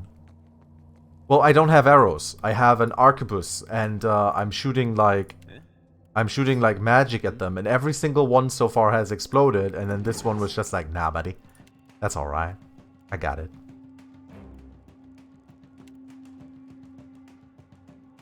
Let's see about doing this. Oh no, what are you doing? It didn't do anything again. Okay, we're gonna daze them.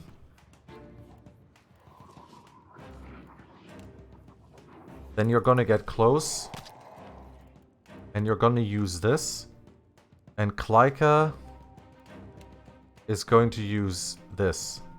And you are gonna wait here. Did that do any... That did absolutely nothing. I'm so happy with this game right now. Well, he's still... There we go. Now it's happening. Can't take much more. Oh, shit. Okay, did I just blow myself up? We good here, buddy? Okay, we good, actually. Alright, we good. We got him. We got him this time.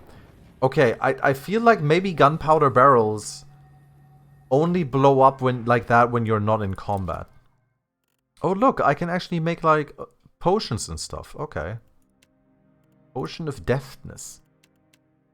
Potion of moderate healing. 200 gold. Plus 80 health restored. Plus 5 accuracy, plus 15% action speed. Need a chitin leg for that.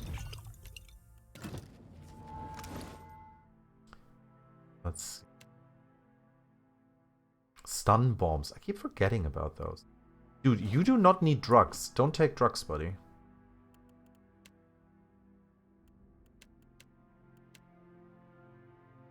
I wonder why these go into my personal inventory. That's kind of weird.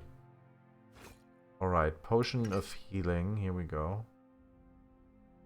Moderate healing goes to the tank. Keep him alive. I keep forgetting about my bell as well. Like, the bell heals and interrupts and does burn damage and all kinds of stuff. It's actually really good. I keep forgetting to use it. Scroll of Fan of Flames. This way she can use an attack too if she needs it. Are scrolls like instant, by the way? No, cast time 1.4. Okay. Anyway. Alright. That's a lot of stuff. A cuttlefish. Why was there a cuttlefish? And shouldn't it be a fried cuttlefish at this point? Also check that out. We just found a hidden item. Probably because we were using a torch. Hammer and chisel. A simple iron hammer and chisel useful for chipping away at hard surfaces, particularly ones that display structural weakness. I wasn't sure about the constructs at first. These new techniques may be less extreme than those of eccentrics like Galvino, but it gets harder to remember that once the hulking things are moving around like large, noisy, witless dolls. The constructs require daily maintenance, and they make the workers uncomfortable. Still, they've been an effective deterrent to the local wildlife, and I have to admit I've started to feel safer with one of them standing nearby while I work.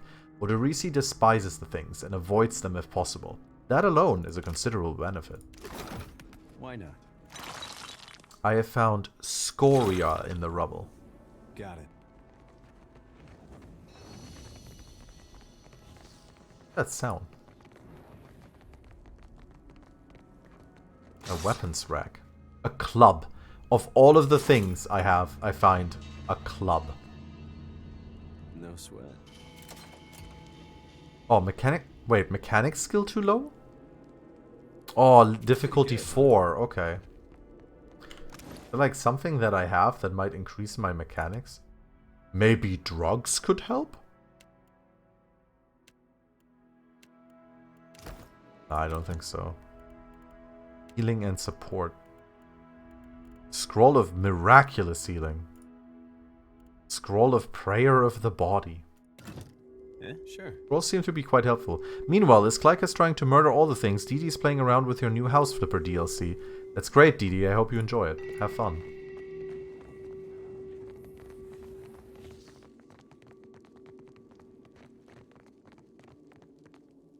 What do we have here? Things to stand on. Sure.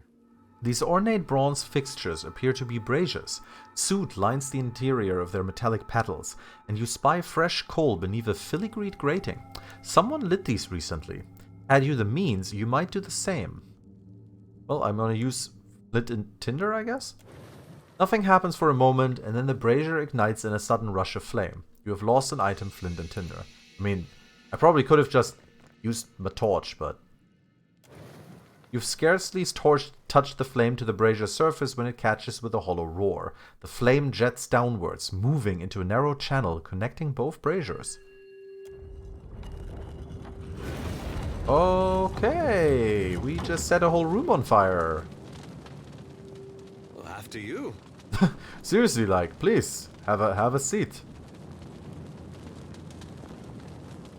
Only the bold, the reckless, and the fortunate shall pass safely within.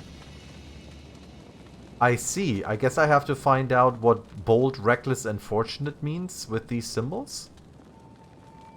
Yeah. Leave it to me. Nothing happens and the floor runes all reset with a thunk. Interesting.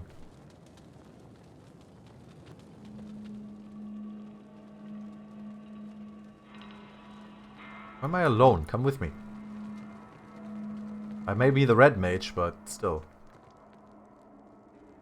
All that remains of this inscription is Raka the Fortunate. The stone around it was... Oh, would you look at this? So this is how we found out who's who. Okay.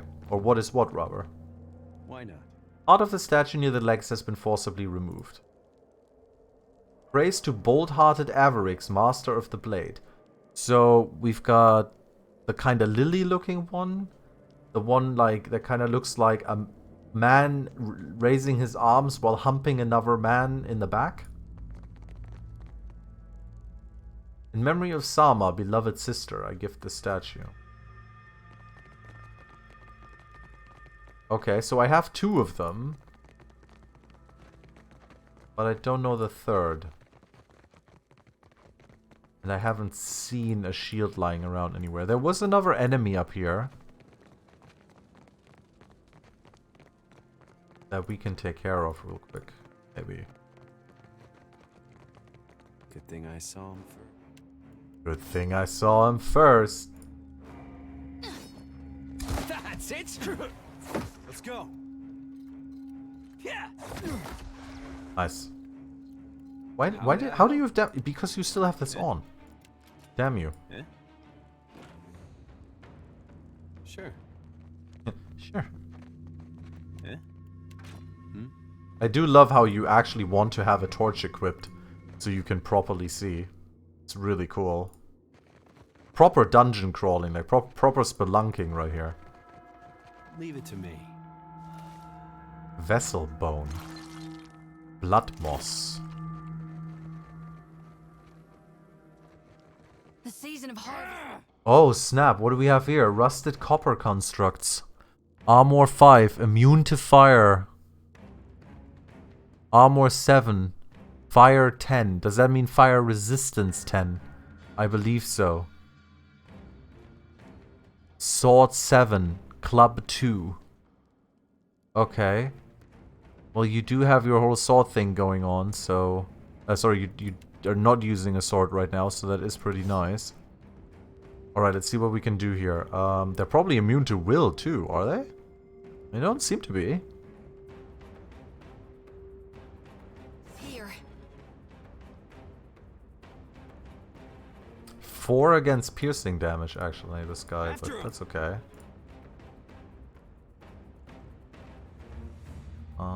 This guy is not immune against piercing. Shoot him. Not even close. Alright, let's see. Knock him down. You can use the daze. And you can use jolting touch. Jolting touch. Does that not have range? It's not range, it's a touch. Of course it doesn't have range. What kind of damage is this? Corrosive. Sounds good. Klyka. Klyka, you might be able to do something. Yeah, you can do this too. Here we go. Okay, now they're dazed. Wait, why are you...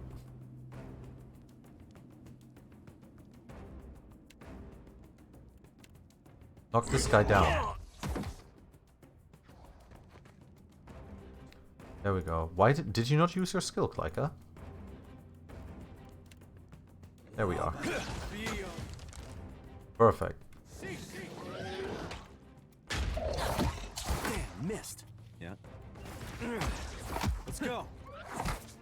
Does he have another one of those? Yes, he does. Those did a lot of damage because corrosive. Yeah. Time to separate the chaff. Let's knock down the worm. Fine. Nice. Cool. Took down the constructs here. Very good. Everyone worked very well together there. Alright, let's see what we find. A sword, a balloon, and a pickaxe. Interesting. I wonder if the pickaxe is like a quest item or something? No. They probably just count as like other items that I can eventually use them for something. Yeah.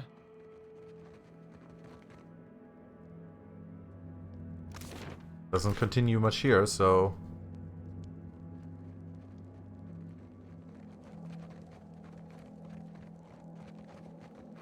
Yeah. Yeah, got it. Go up here, maybe? Looks like trouble. Yeah. What we got? An essence anomaly. Veil touched. Resistance constitution. Weakness, perception afflictions. Okay. Well, bro. Let's go. And then you... not yet, maybe. Now. Let's give them a nice perception affliction, shall we? Yeah.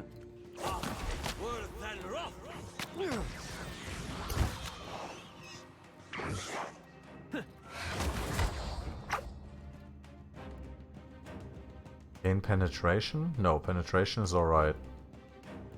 What are they weak against? They're okay against fire, not against anything else. Okay, so we can just kind of like... keep hitting them with this.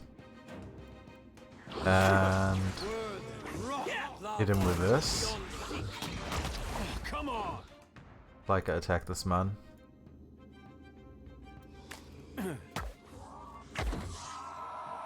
Nice. After him.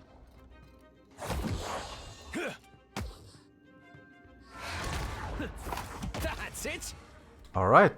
The mass looting is really nice. I agree. It's really good that they do that. It has like a range too, which you can actually set. Like you can set like the loot radius for this, which is good. I guess I can just leave it at maximum because that's been treating us pretty well. Sure. Damn, what's going on here? Somebody let the goddamn septic tank leak out. That's not good. Yeah.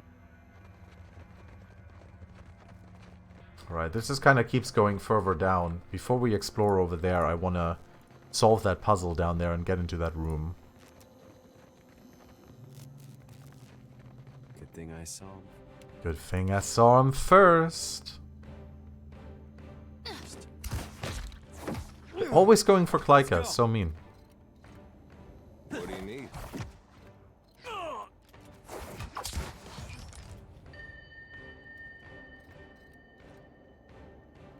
What do you...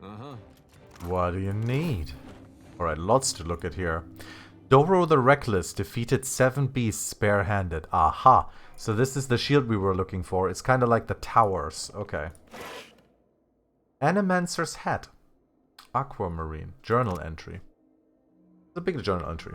It has been a stroke of unimaginable fortune to find an Adra vein in such pristine condition. The essence is so concentrated here that, even from the far side of the corridor, the pillar's light pulses like a star.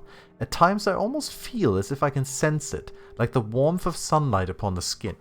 We will need to reinforce the central chamber before attempting further excavations. The ruins are unstable, and Sailor's motley workforce of savages and paupers grows more fearful by the day. With the assistance of a single watcher, we could trace the essence in the primary vein and isolate those deposits worthy of extraction. I've petitioned Director Castall and Nekataka for such a resource, but I'm continually rebuffed. It is unthinkable that the Valiant Trading Company cannot isolate, within the vast borders of its considerable influence, a single suitable candidate. I must assume that the wretched Elette woman is hoarding them for her fanciful experiments. Transportation, as if we have the time to expend on such frivolities. No idea who this woman is, but transportation does sound pretty cool. Potion of minor healing?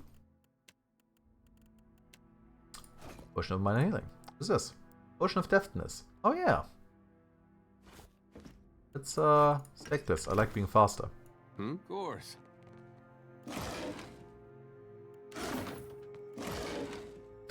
Lots of torches, apparently.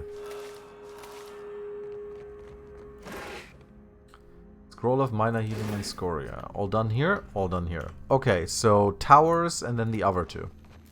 Have you ever played Torment's Tides of Numenera? I have not. I have not played that.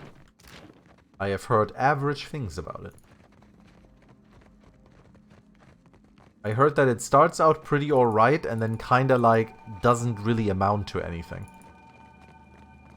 But I've never played it myself.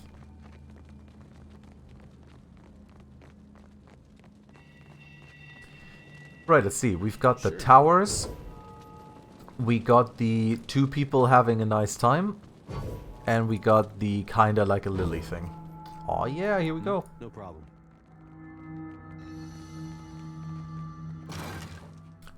The Gladiator Sword, which is also fine, scrim, but has a corroded blade.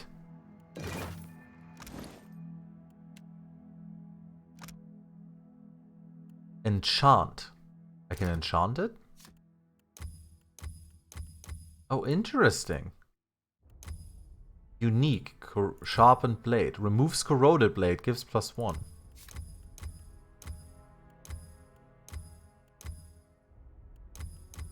Interesting. I can literally just sharpen this and make it better. Get rid of the -2 penetration. Plus 15% damage, 4 accuracy, 1 penetration. Grants scrim. An ancient technique for balancing defense and offense. Enhances melee damage and deflection when wielded with a shield. Holy shit, okay, yeah. Alright, we'll fix it. I'm fixing it. Huh. If I had enough money, I could actually, like, make this better, too.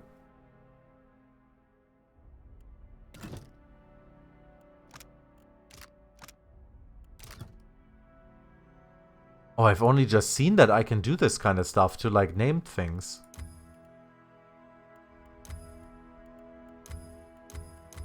Interesting. I can make them better and give them, like, better armor rating.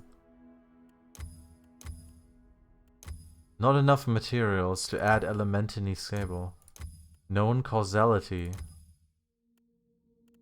That's really cool, I didn't know this. I can upgrade, like, these unique items and make them better. So I guess so you can keep using them. Being near a killed enemy grants the wielder attack speed. That's amazing. Minus 10% crush damage. Minus 10% slash damage. Resistance to perception afflictions. That's some cool stuff. That's really cool. I did not know that was a thing in this game until now. Nice. Now our boy Ager has a really cool gladiator sword. What do you need? That's awesome. Hey. Nice. I love that. We're gonna save that. Yeah? The setting seemed fun. Yeah, the setting from what I've seen definitely seems alright. Yeah? Yeah. Just wasn't really something like, I don't know, I think it was one of those games where I'm actually kind of surprised with this game. I honestly expected this game to be a lot more budget. Because, you know, Obsidian and so on, and I think this is also like a Kickstarter game, maybe? And a lot of the times you can tell with like Kickstarter, I mean, I guess you can kind of tell with this game in some aspects where it's like there's a lot of text and you do a lot of stuff in text and there's not a lot of like special animations for things and the screen just kind of goes black and something happens. Like that's kind of them being like, you know, hey, we're a Kickstarter game, we don't actually have that much money, so we can't animate all this kind of stuff. But outside of that, I'm absolutely blown away by the detail in everything here. Why not? Frozen mid-stride, this grim figure is turned toward the colossal pillar of Aedra that dominates the chamber. The ashen corpse's outstretched hand rests upon the crystal's dulled surface.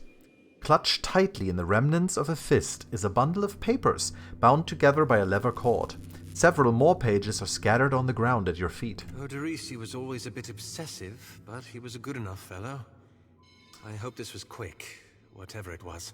He leans forward, as if to close the figure's eyes or smooth its features, but merely clasps his hand with a troubled frown. As you pull the papers free, the ashen fingers gripping them slough away, disintegrating into a fine plume of dust. Standing here by the lone figure, you are struck with a feeling of dread. The air around you, the very motes of ash and dust, all of it is stagnant and still. The feeling grows worse when you look up at the Aedra and sense no energy flowing into its surface. It is as though it has been disconnected from the wheel.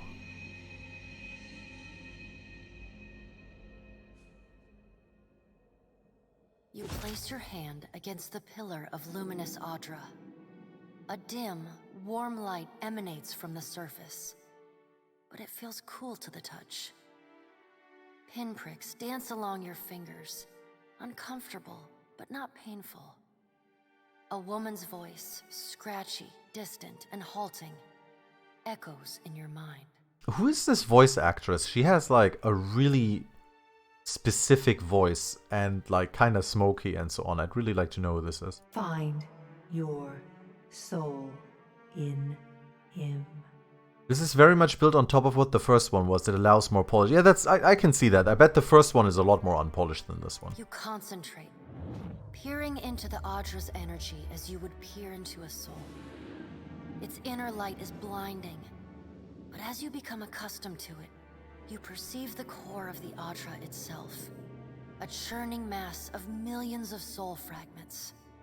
With a jolt, the energy reaches out to you. One thing that I definitely feel with this game, which they've really captured with this kind of like narration and all kinds of stuff, and these kind of, you know, text narratives which they've got going on, like text cutscenes, I guess. It feels like you're playing a D&D campaign. It feels very much like there's the DM, and the DM is telling you things and like, you know, like describing things to you. And what you're seeing with the graphics and so on, you know, is like, you're seeing that you have like some good, some graphical representation, but not everything is represented. The Angwithan ruin fragments around you, breaking into incoherent shapes and dissolving to dust, falling into an infinite well of dark gray vapor. Even the ground itself disintegrates into nothingness. All that remains is the murky expanse of the in-between. The Audra Pillar, and a skein of golden threads rooted in the pillar that extend far off into the distance. You focus on the threads. You catch glimpses of memories, your memories, mingled among the memories of thousands of other captive souls. The filaments begin to cohere, rapidly twining into a golden cord. With a muffled crack, the cord ripples outward in a violent wave toward the endless distance. The cord undulates over a space so vast that you lose sight of the wave before it finds its end. Then, a heavy creaking, like the sound of mountains shearing under their own weight, washes through the dull gloom of the in-between. A violent force yanks you along the cord at an incredible speed. The murk of the in-between warps erratically, as though you are observing it through an ill-ground lens. I also really like their use of sound effects during the new narration. Just as it's quickly very well as done. you were pulled forward, you stop. Suspended below a massive figure of ancient carved Audra. Like all Audra, it glimmers with energy, but the souls and memories within it are not flowing down. They churn in a vortex that burns at the heart of the statue's mass in some invisible engine. It is Aethys. Oh, damn it, it's Statue Man. The great golden cord terminates in his back, sending pulses of energy throughout his limbs as they move. He walks in long, slow strides toward a brilliant pillar of Audra far in the distance. It shines even more brightly in the in-between. So I guess what he's doing is he's going to the different pillars of Adra and he's like absorbing their power and the souls on the way. So he's kind of like, it seems like he's trying to stop the whole reincarnation thing by sucking up the power of the wheel. From within the teeming throng of souls, dozens of eyes look out to you. Through the cord, their collective anguish and despair push at the edge of your mind. Help us! Please! Help us! Their voices echo in your mind. Somewhere within their ranks, you can feel the presence of your own soul, slumbering deeper in the gyre. Reach out to the lost souls, push past the lost souls to find your own soul. I mean, our own soul is important, but if we can save other souls, that is very much more of what a red mage would do. You reach out to the lost souls, but the incredible power flowing through Aethys' body repulses you. Not even your Watcher powers can penetrate the massive tides of energy crashing through him. The souls sense your efforts and attempt to breach the surface of Aethys' body, but are instantly pulled back down into the deep well of the statue's heart, as though they were pried from the edge of a great precipice. Aethys' stride slows and stops. His head slowly pivots, until its great burning eyes are cast back along the cord. As his gaze meets yours, you feel an overwhelming rush of incredible joy, mingled with profound sadness. You have sensed similar anguish in lost souls, but never with this intensity. A soothing voice drifts into your mind. It takes great bravery to venture through the in-between, even for a watcher. A swell of admiration radiates out from the god's heart, a force so intense that it momentarily overwhelms you. You do not need to follow me, for their sake or your own. Something beautiful is coming. Something that will save us all. A great light shines from Aethys's brow, so bright that even the souls within him flinch from the source. Ashley Johnson. Cowering in fear. Ellie from Last of Us. Oh, okay, okay. Through the glare, you see Aethys's massive arm reach up to grasp the golden cord. The tether carrying energy from the Audra pillar to him, that also suspends your consciousness. Give me my soul back. What does that mean? The mean? sun will yet rise, Watcher. You need only wait for its light to come. Aethys yanks on the golden cord, pulling it from his back. The cord tears into filaments that blacken and dissolve to dust. Without pause, he turns to resume his stride toward the distant pillar of Audra, shining on the boundless horizon. You hear the souls within him cry out for just a moment, before your consciousness is snapped away from them. The in-between goes dark. For a second, you feel a mix of nausea and a sensation like spinning and falling. Then the moment ends. Your consciousness has returned to the Angwithan arena. The world is sideways, the Audra pillar upside down. You flinch at the feeling that you're standing on the ceiling. The disorientation overwhelms you and you collapse to your knees next to the luminous Audra pillar. Previously dim and flickering, the pillar now glows with a strong and steady light. You touch the Audra again, but the chill and prickling sensations you felt before are gone, replaced with a comforting warmth, like the embers of a fire that has just lost its flame. This is so cool. And now it's glowing again. As you return to the world, you feel a hand on your back. I'm sorry that we're now going back to my narration, which doesn't in any way, shape, or form stand up to what we just heard there. You alright? Come on, we just got you back. Despite his tone, you can see genuine concern in Ader's eyes. Not even a little. I'm not sure. I'm fine. I heard you say that before. Had something to do with a 2,000-year-old lunatic talking to you in your dreams. Oh, you like my voice too? Thank you, Tank Drain. I've seen you commune with souls of the dead, but this looked altogether different. What happened? His gaze flickers to the brightly glowing Adra.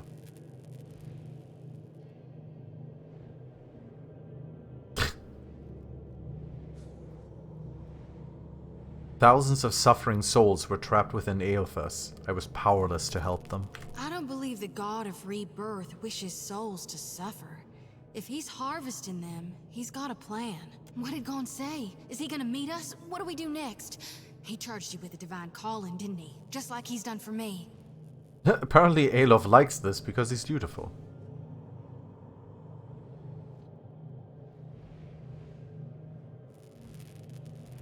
I saw more luminous Adra in his path, but he told me not to follow, that something beautiful is coming. I wonder if he said the same thing to people in Rayed Saris 20 years ago.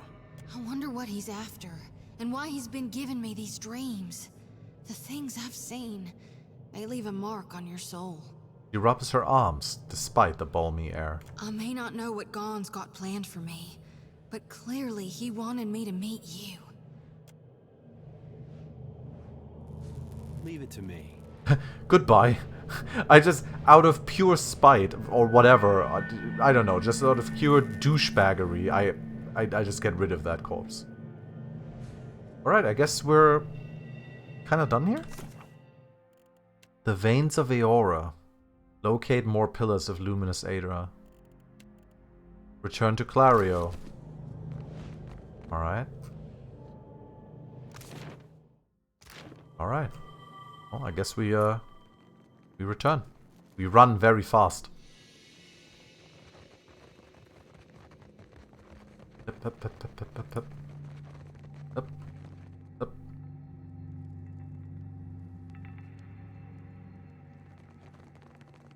It's so good. Everyone's like, hey, hey, hey, hey, hey.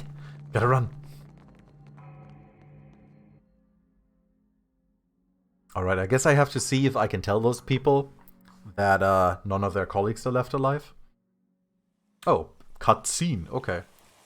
Well, the souls are back. As the souls move past you, some turn their heads in your direction, but most seem fixated below you on the Aedra pillar beneath your feet. A few nod their heads and fangs, or raise a hand to acknowledge your presence. What do you see that I can't, Watcher? Oh, nothing really. I just saved countless souls by re-illuminating the Aedra pillar.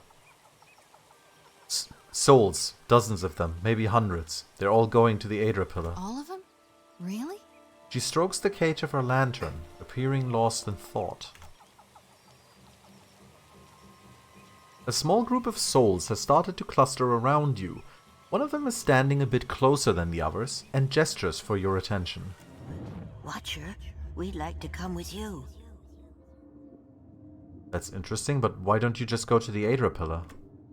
We would, and we appreciate that you showed us the way, but what if the Aedra goes dark again before we reach the beyond?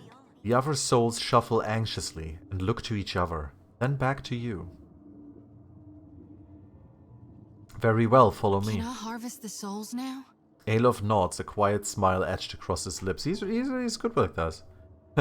Can I harvest the souls now? Man, I'm really just filling her... I'm just filling her lantern with souls, am I? This is gonna bite me in the ass. Like, in about 20 hours or so, it's gonna turn out that she was like an agent of the evil god the whole time, harvesting souls, and she's gonna turn into like an 8-faced Cthulhu entity and kill me. Yes, of course. Thank you for aiding my mission, Watcher. I just knew you'd help me if I followed you. Alof really likes Shoti. Shoti glides her hands in a series of motions that resemble a martial art or an intricate dance. As she slides a circle around the area, she begins swinging her lantern faster and farther from her body, until an ephemeral light flares from inside. The lure is answered, and several souls change course, drifting past the lantern's cage to disappear. Thank you, Watcher.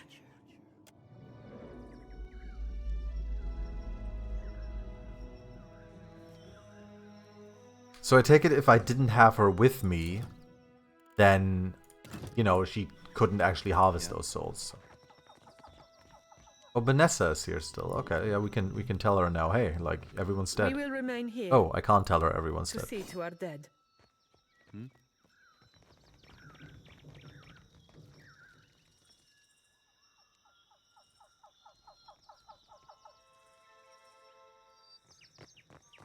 Up. The dialogue options don't really give an option to doubt her intentions. No, they don't. They don't. She just seems like such a happy-go-lucky girl, you know? It's all like, hey, well, you know, just doing my job, being the preacher, stuff like that.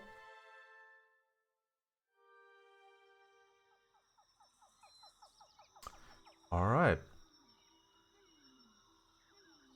Well, I guess we go back to Port Marge. We have also found out now properly, by the way, that this is in fact an island. It's a battle site. Hard tax. Nice.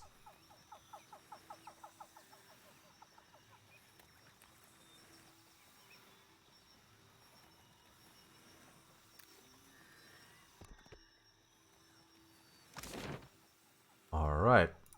Let's go to Governor Clario's estate.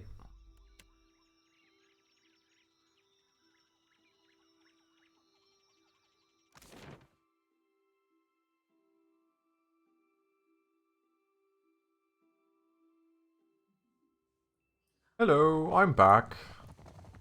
I've killed a lot of people. Well, actually, there were no people. It was all just weird shit.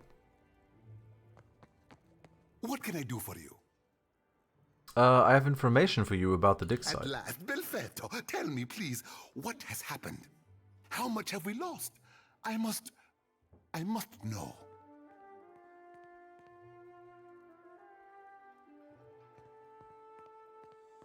I saw the same destruction Athos wreaked on Kate Nua. Odorisi's dead along with most of your animancers. I'm sorry, some of your animancers made it, but I'm afraid Odorisi was killed when Aothas arrived. I see. I suppose we are fortunate to have any survivors. And Odorisi's notes. His research? Clario's gaze searches yours with almost feverish anticipation. You know, I'm not sure if I want to give him the notes. These guys are messing with the Aedra pillars. They're messing with the Aedra. They might actually be messing with the souls. And all for profit. I don't think this is something that my red mage can kinda agree with. I didn't find anything like that. Of course. Nothing. Nothing to show for years of investment and planning. Damn it! Clario turns away to snarl his recriminations towards the floor, a fist clenched at the side of his head. You say this is all the work of the Titan, of Aothas, and you still insist on looking for him? He destroyed your ship, killed my people. Would it not make more sense to sail to the far side of the world and away from all this? I don't have a choice. It is a strange obligation you are under. I understand a little of that. Lucky for you. If I were a more sensible man, I would take this for fable and turn you away. Aothas is using the Aedra pillars as an energy source. If I can find more, I can find him. Merla. He will ravage every outpost in the Deadfire. That Adra is why we are here. Why everyone is here, in truth. The Valiant Trading Company, the Royal Deadfire Company, countless mercenaries. You'll want to go to Neketaka. Queen Onekaza II rules there at the Kahanga Palace. Anyone seeking to do business in the Deadfire Archipelago must negotiate with her first. Nice. Neketaka sounds like a city that's gonna look super cool. The Queen knows every other vein of worth in the Deadfire. I'm certain she can help you. That is, if she agrees to see you at all. Who are the Kahanga? The most powerful tribe in the region, now that Onekaza II has united a host of them under her rule. Ikawa would disagree, but then Ikawa contents herself with a spit of land and a handful of followers. You promised to help me, Clario. I have not forgotten. We will get you to Neketaka, and for that, you need your sheep. I'll arrange it with Ikawa.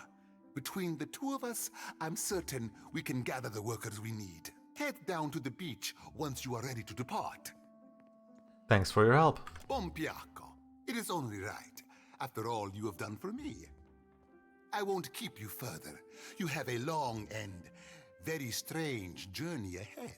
Some advice. After you have had your audience with the Queen, seek out the Valiant Trading Company. They make their headquarters in Neketaka, and the company always appreciates a good head. Oh yeah, can't wait to run side quests for Trading Company. It's gonna be good. Nice, level up for everyone too. Okay, we're really getting to the levels here. Let's see. Let's increase mechanics again, because we actually found like chests we couldn't open. And we're gonna increase diplomacy as well, which apparently we have quite a bit of. Choose an ability for one of my classes. So maybe like a rogue one this time?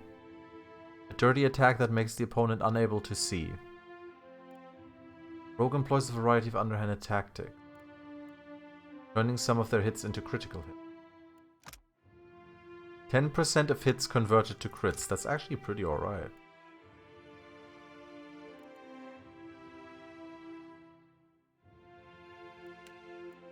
What else we got here?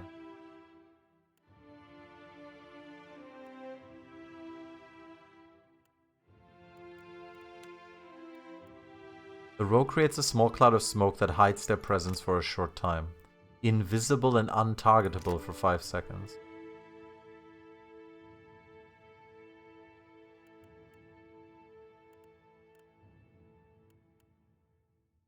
Gouging strike.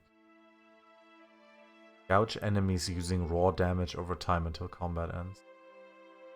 The rogue attacks their enemy's ability to move. Affected enemies will now also bleed when moving. Successful hits now also distract the target. -5 perception and flanked.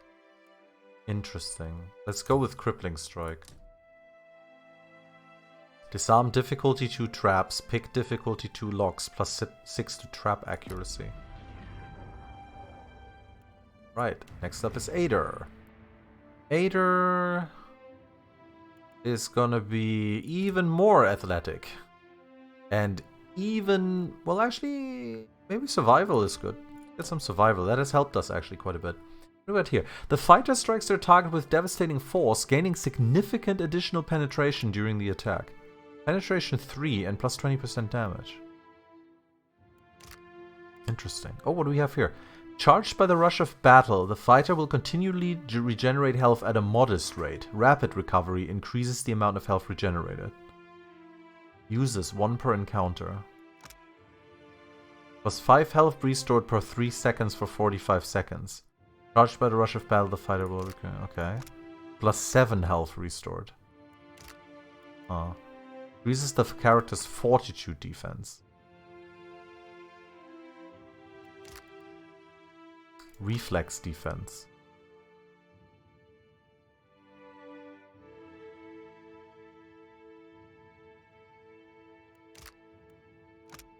Wait, reflex is only for physically harmful AoE attacks. Interesting. Grants the fighter an additional engagement.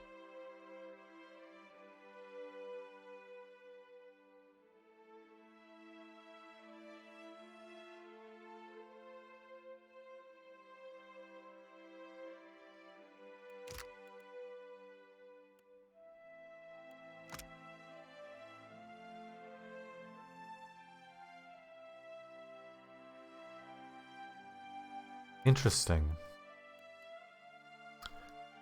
Mule Kick, a powerful attack that knocks enemies into the air and then prone, leaving them disoriented. Disciplined Strikes. Fighter intensely focuses on a training gaining the Aware Inspiration. Aware Inspiration is now improved to the Intuitive Instant. 50% of graze is converted to hits, 25% of hits converted to crits. And Concentration. +5. And Intellect. I don't need that. I guess we're gonna go with the Rapid Recovery. And maybe with this, 15 seconds? It's not a lot. Let's go with the Mule Kick. Kick. Bit of CC and being able to tank a little better and live through stuff. Zealous Focus, +5 accuracy? Okay. Alright, you get +1 to Alchemy, and we also want some more history in here. Alright. Priest. Increase the character's fortitude defense. Fortitude is against like poison and so on.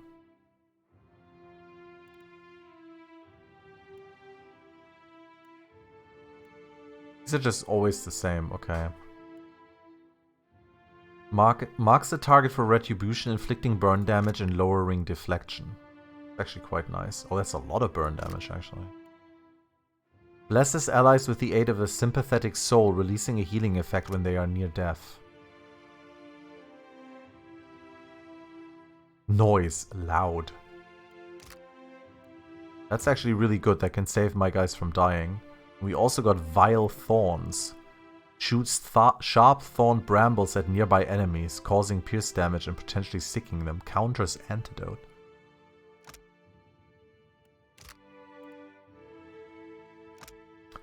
Oh, interesting. +5 health restored per 3 seconds for 20 seconds. So, 5... Okay. So about 6 times. So 30 health. 30 health is okay.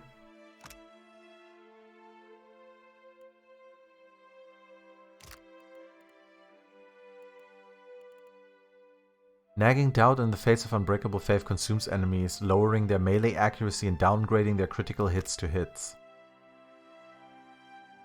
Huh.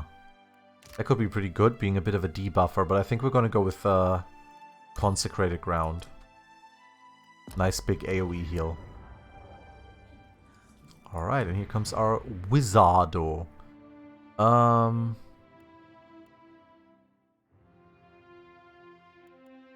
I guess he can be really good at Arcana. And we're gonna, I guess, really good at history too. Lots of history knowledge in this party. Alright, let's see. 2 things.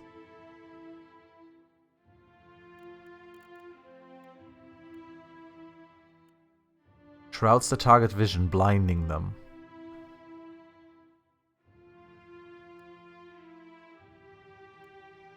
Ringrim's repulsive visage, that's so cool. Oh, this slows people for 15 seconds, okay.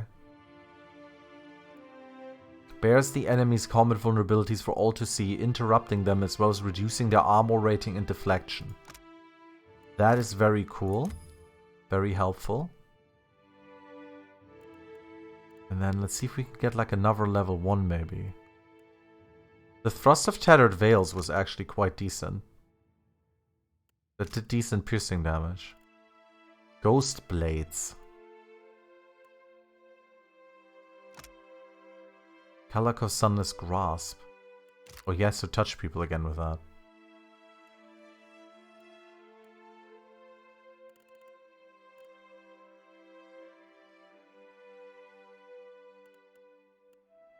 Binding Web.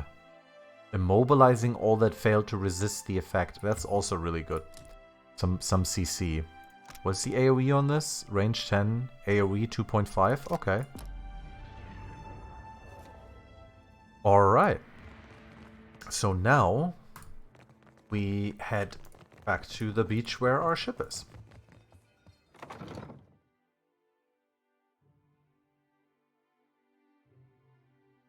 And I guess our ship is gonna get repaired then. Which is gonna be nice. Hey, who's this? Oh, she's just a random person.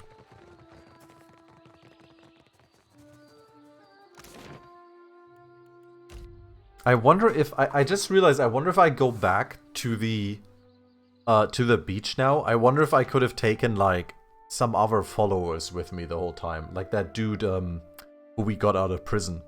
Jim Sparrow. The bootleg cousin. Nekataka. Oh hey, Nekataka isn't far away. That's alright. That's cool.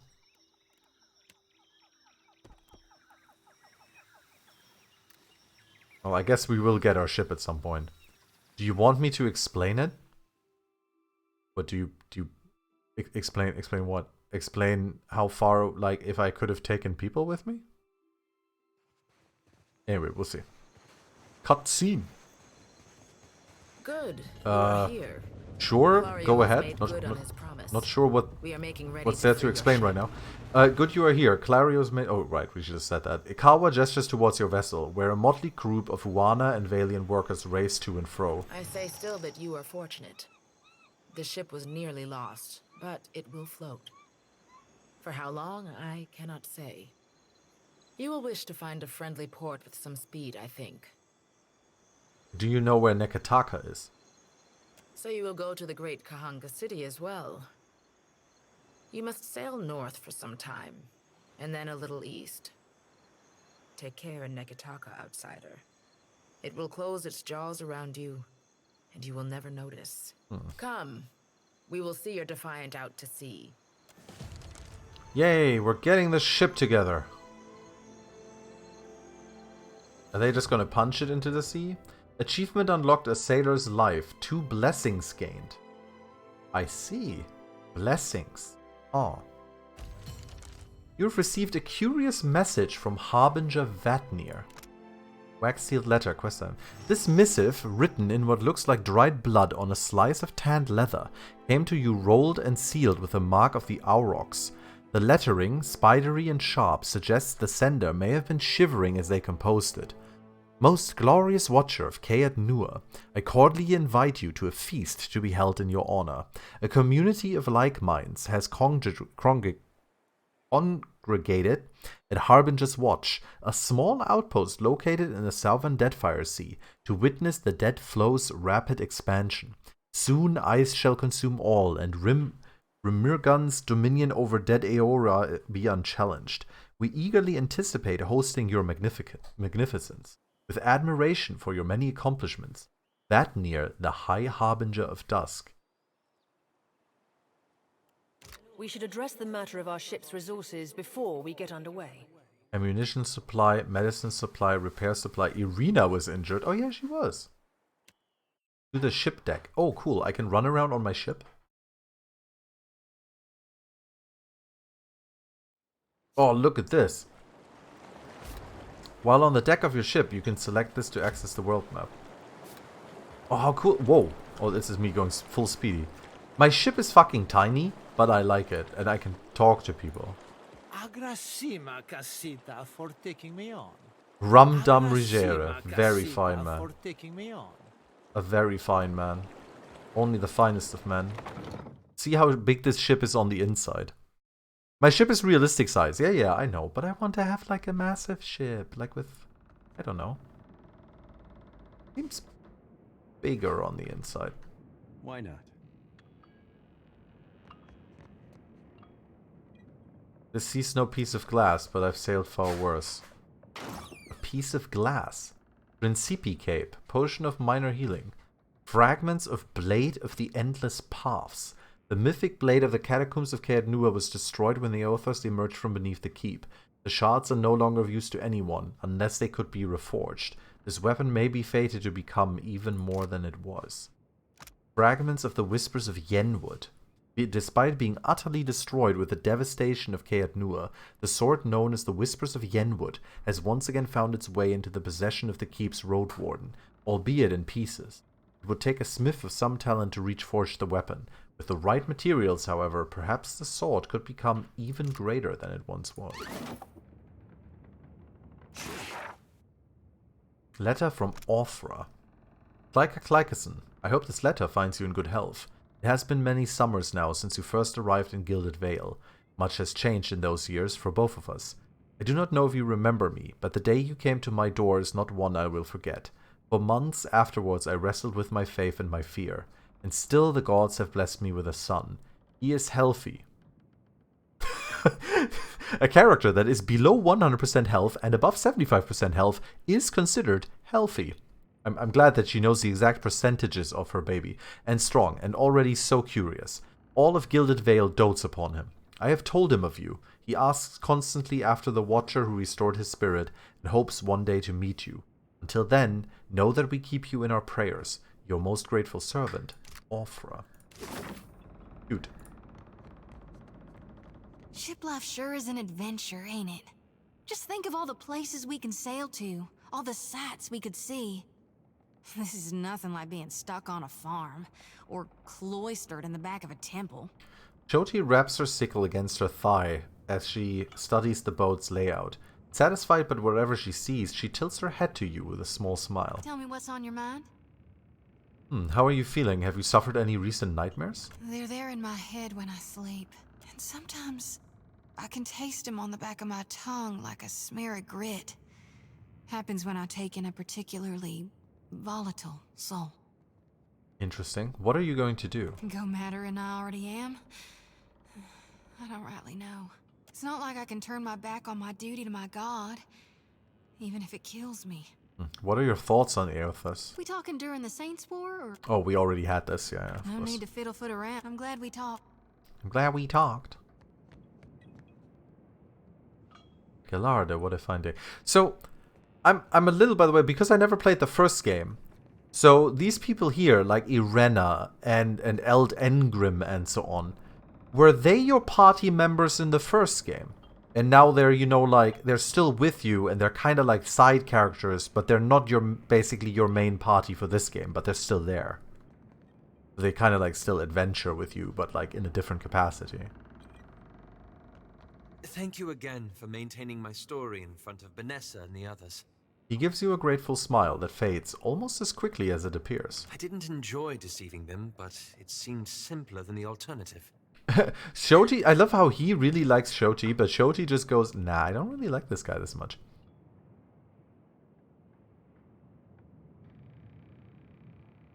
You seem to care for them, but they didn't really know you.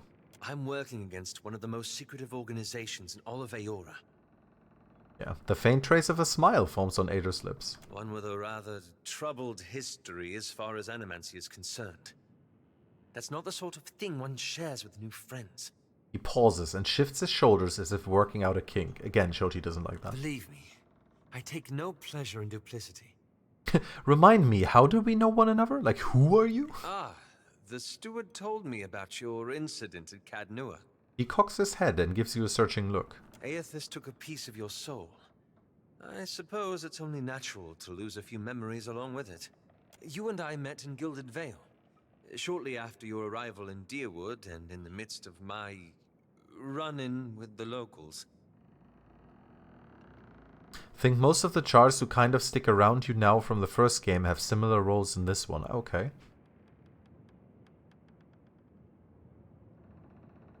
I was with you as you sought Theos and answers regarding your awakening. He clasps his hands and takes a deep breath. And you helped me come to terms with mine. Thanks to you, I learned to assert myself over Isilmir.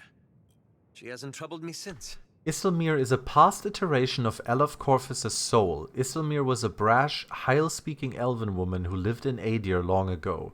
She awakened in Elof's soul after his father attacked him and frequently got him into trouble with her cheeky comments and aggressive behavior. Interesting. I'm glad you're doing better. Back to our journey across the Deerwood. He clears his throat. We pursued Theos and discovered the leaden key at the center of Widewind's legacy. He frowns, and a deep crease appears between his eyebrows. And, more importantly, a millennia-old conspiracy to conceal the true origins of the gods. At least we ended the Hollowborn Scourge. I wish we could have restored all the children of the Deerwood. So do I. The furrow between his brows deepens. After we parted, I set out to destroy the leaden key. It's controlled us for too long. I wanted to free Kith from it. So for 5 years I've been tracking down leaden key circles, searching for the places where they operate in secret. He knits his brows. Shoti likes this. Trying to undo them.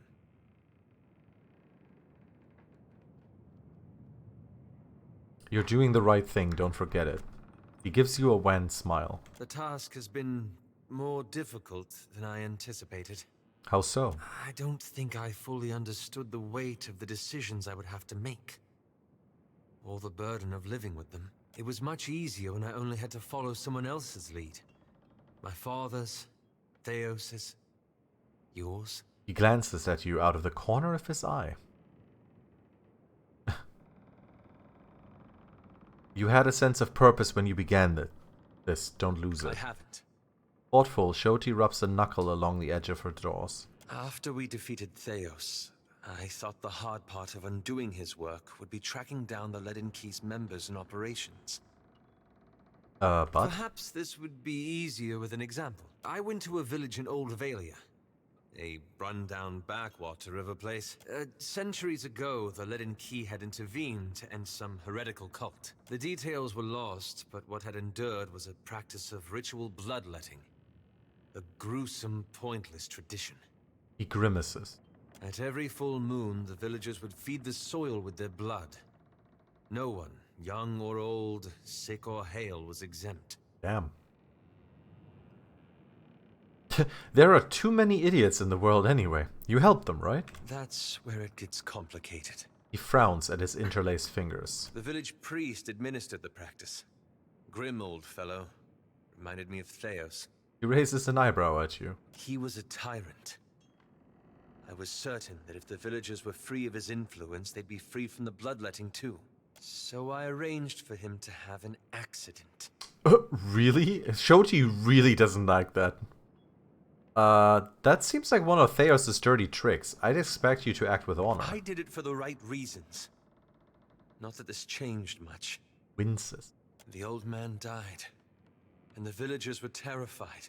They were convinced his death was an ill omen. They blamed it, and every other mishap that befell them, on their lack of faith. So they began bloodletting every week, turning on their neighbors for giving too little. His lips twist as if the words themselves have a bitter taste. Wow, this is pretty dark, and he kinda caused this. Instead of a handful dying each year, a few perished every week. He's worked the edge of his sash into a tight knot. He clenches in between pale, rigid fingers.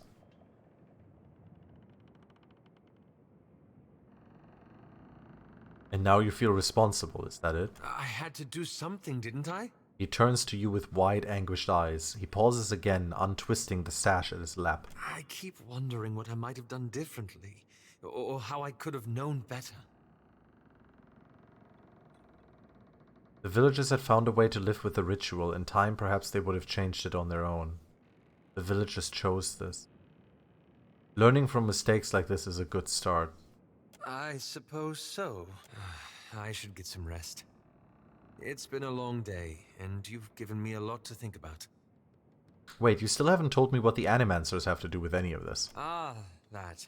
He massages his temples. I'm looking for an old leaden key sect. I've found several references, but... He breaks off, shaking his head. I want to be sure. Please, let me go over my notes again. Then I promise I'll tell you everything. Alright, we'll talk more later then. And then we have our boy Ader. Our adventures together have been a welcome change of pace.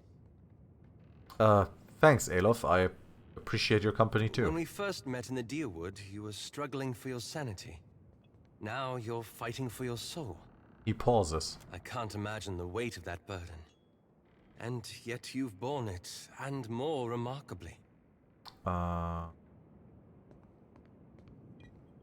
Things have gotten dire, but I won't let that get me down. That's precisely what I mean. His expression brightens with sudden emotion. The gods have sent you after Aethys, and every power of note in Deadfire has their own plans for you. He tilts his head. That puts you in a position of incredible influence. I'm glad you don't take your responsibilities lightly. I have a duty to do right by the world. We all do. But so few of us are in the position to do so much. I hope you'll remember this in the days to come. He gives you a thoughtful nod. Hey, this brings back some memories, huh? How do you like Deadfire? The air's different. Especially compared to Gilded Vale, where there's more livestock than shovels. Sounds different, too. You wake up to all those bird calls, it really does sound like they're making music. If the birds woke you in Gilded Vale, it was usually a couple crows making the most horrible mating noises you ever heard. Strange thing is, I still get this feeling in me, like I wish I was home. What did you do after we ended the legacy? I like that feeling, knowing we'd stopped Theos. We were part of something big. That was something I never felt before. Not even at war. Guess I went looking for it again. Not that I wanted to tangle with gods, but something smaller.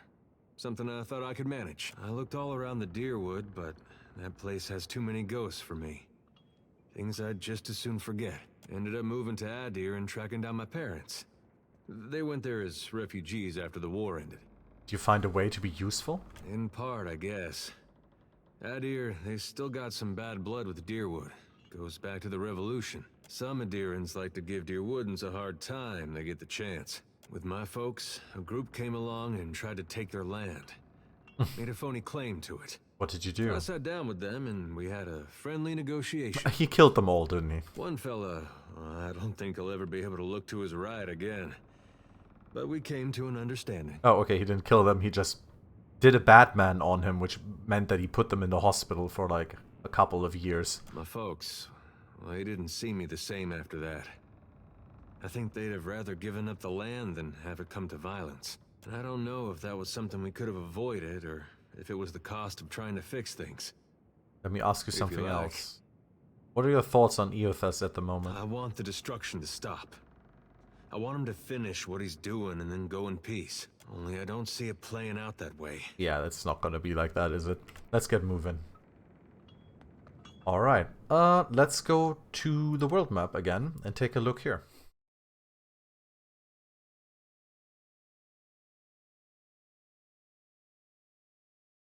My lord, we should address the matter of our ship's resources. It saddens me to inform you that we lost several crew and most of our provisions during the storm. However, Port Margé appears to be well supplied, and I expect the recent disaster has left several sailors in want of a ship. Nice, that's some XP for me. I suggest we contract for additional supplies and crew before we return to open water, or our voyage may indeed be a short one. What do we have here? Ship-to-ship combat. In Deadfire, not every ship on the sea is friendly. Hostile ships can attempt to engage you in ship-to-ship combat. During ship combat, distance and orientation to the enemy are vital to your success. Distance determines if the enemy is in range of your cannons, or if you are in range of theirs. Orientation determines what cannons, if any, you can fire, as well as how easily your ship may be hit. Turning your side to the enemy may allow you to fire the most cannons, but it does make you an easier target. Each ship must maintain its sails and hull. Damaged sails limit the speed. If a hull is destroyed, the ship will sink. The ship's cannons are also limited by how much ammunition the ship is carrying. When two ships get close to each other, they can board or ram. Boarding locks the two ships together and transitions to a deck-to-deck fight between the two ship crews. A ramming attack does damage to the hulls of both ships. If one does not sink, the battle transitions to a deck-to-deck battle. Once you have victoriously sunk the other ship or defeated them in deck-to-deck combat, you can plunder what remains. Plunder typically includes ship resources, treasure, and occasionally the unique triumph of a noteworthy enemy captain. Points can be shared with the crew to improve morale, and triumphs are always flown from your ship's rigging. That's super interesting. I can just kind of like go around like this here. Injured crew. Morale. Bonus experience plus 10%. Supply food minus 10% cook. Minus 4 per day. Drink. Medicine. Ammunition. Repair. Okay. Interesting. Harbinger's Watch. Apparently all the way down here. Okay, there's suddenly like an ice island. Let's not go there though. That looks like a silly place. Well, I think this right here is a perfect time for us to stop the stream. That was a bit over 2.5 hours of Pillars of Eternity 2 Deadfire. And I think we got quite a few things done. We've gained a couple of levels. We've got a new party member. We fixed our ship. And I guess we're done on this first island. So next up we'll be heading to Port Margé, fill up on everything we need, and then head out into the open sea. What awaits us out there? Who knows? All we know is we're still following the naked god statue. And things are gonna be heating up once we get there. I hope you all had fun watching.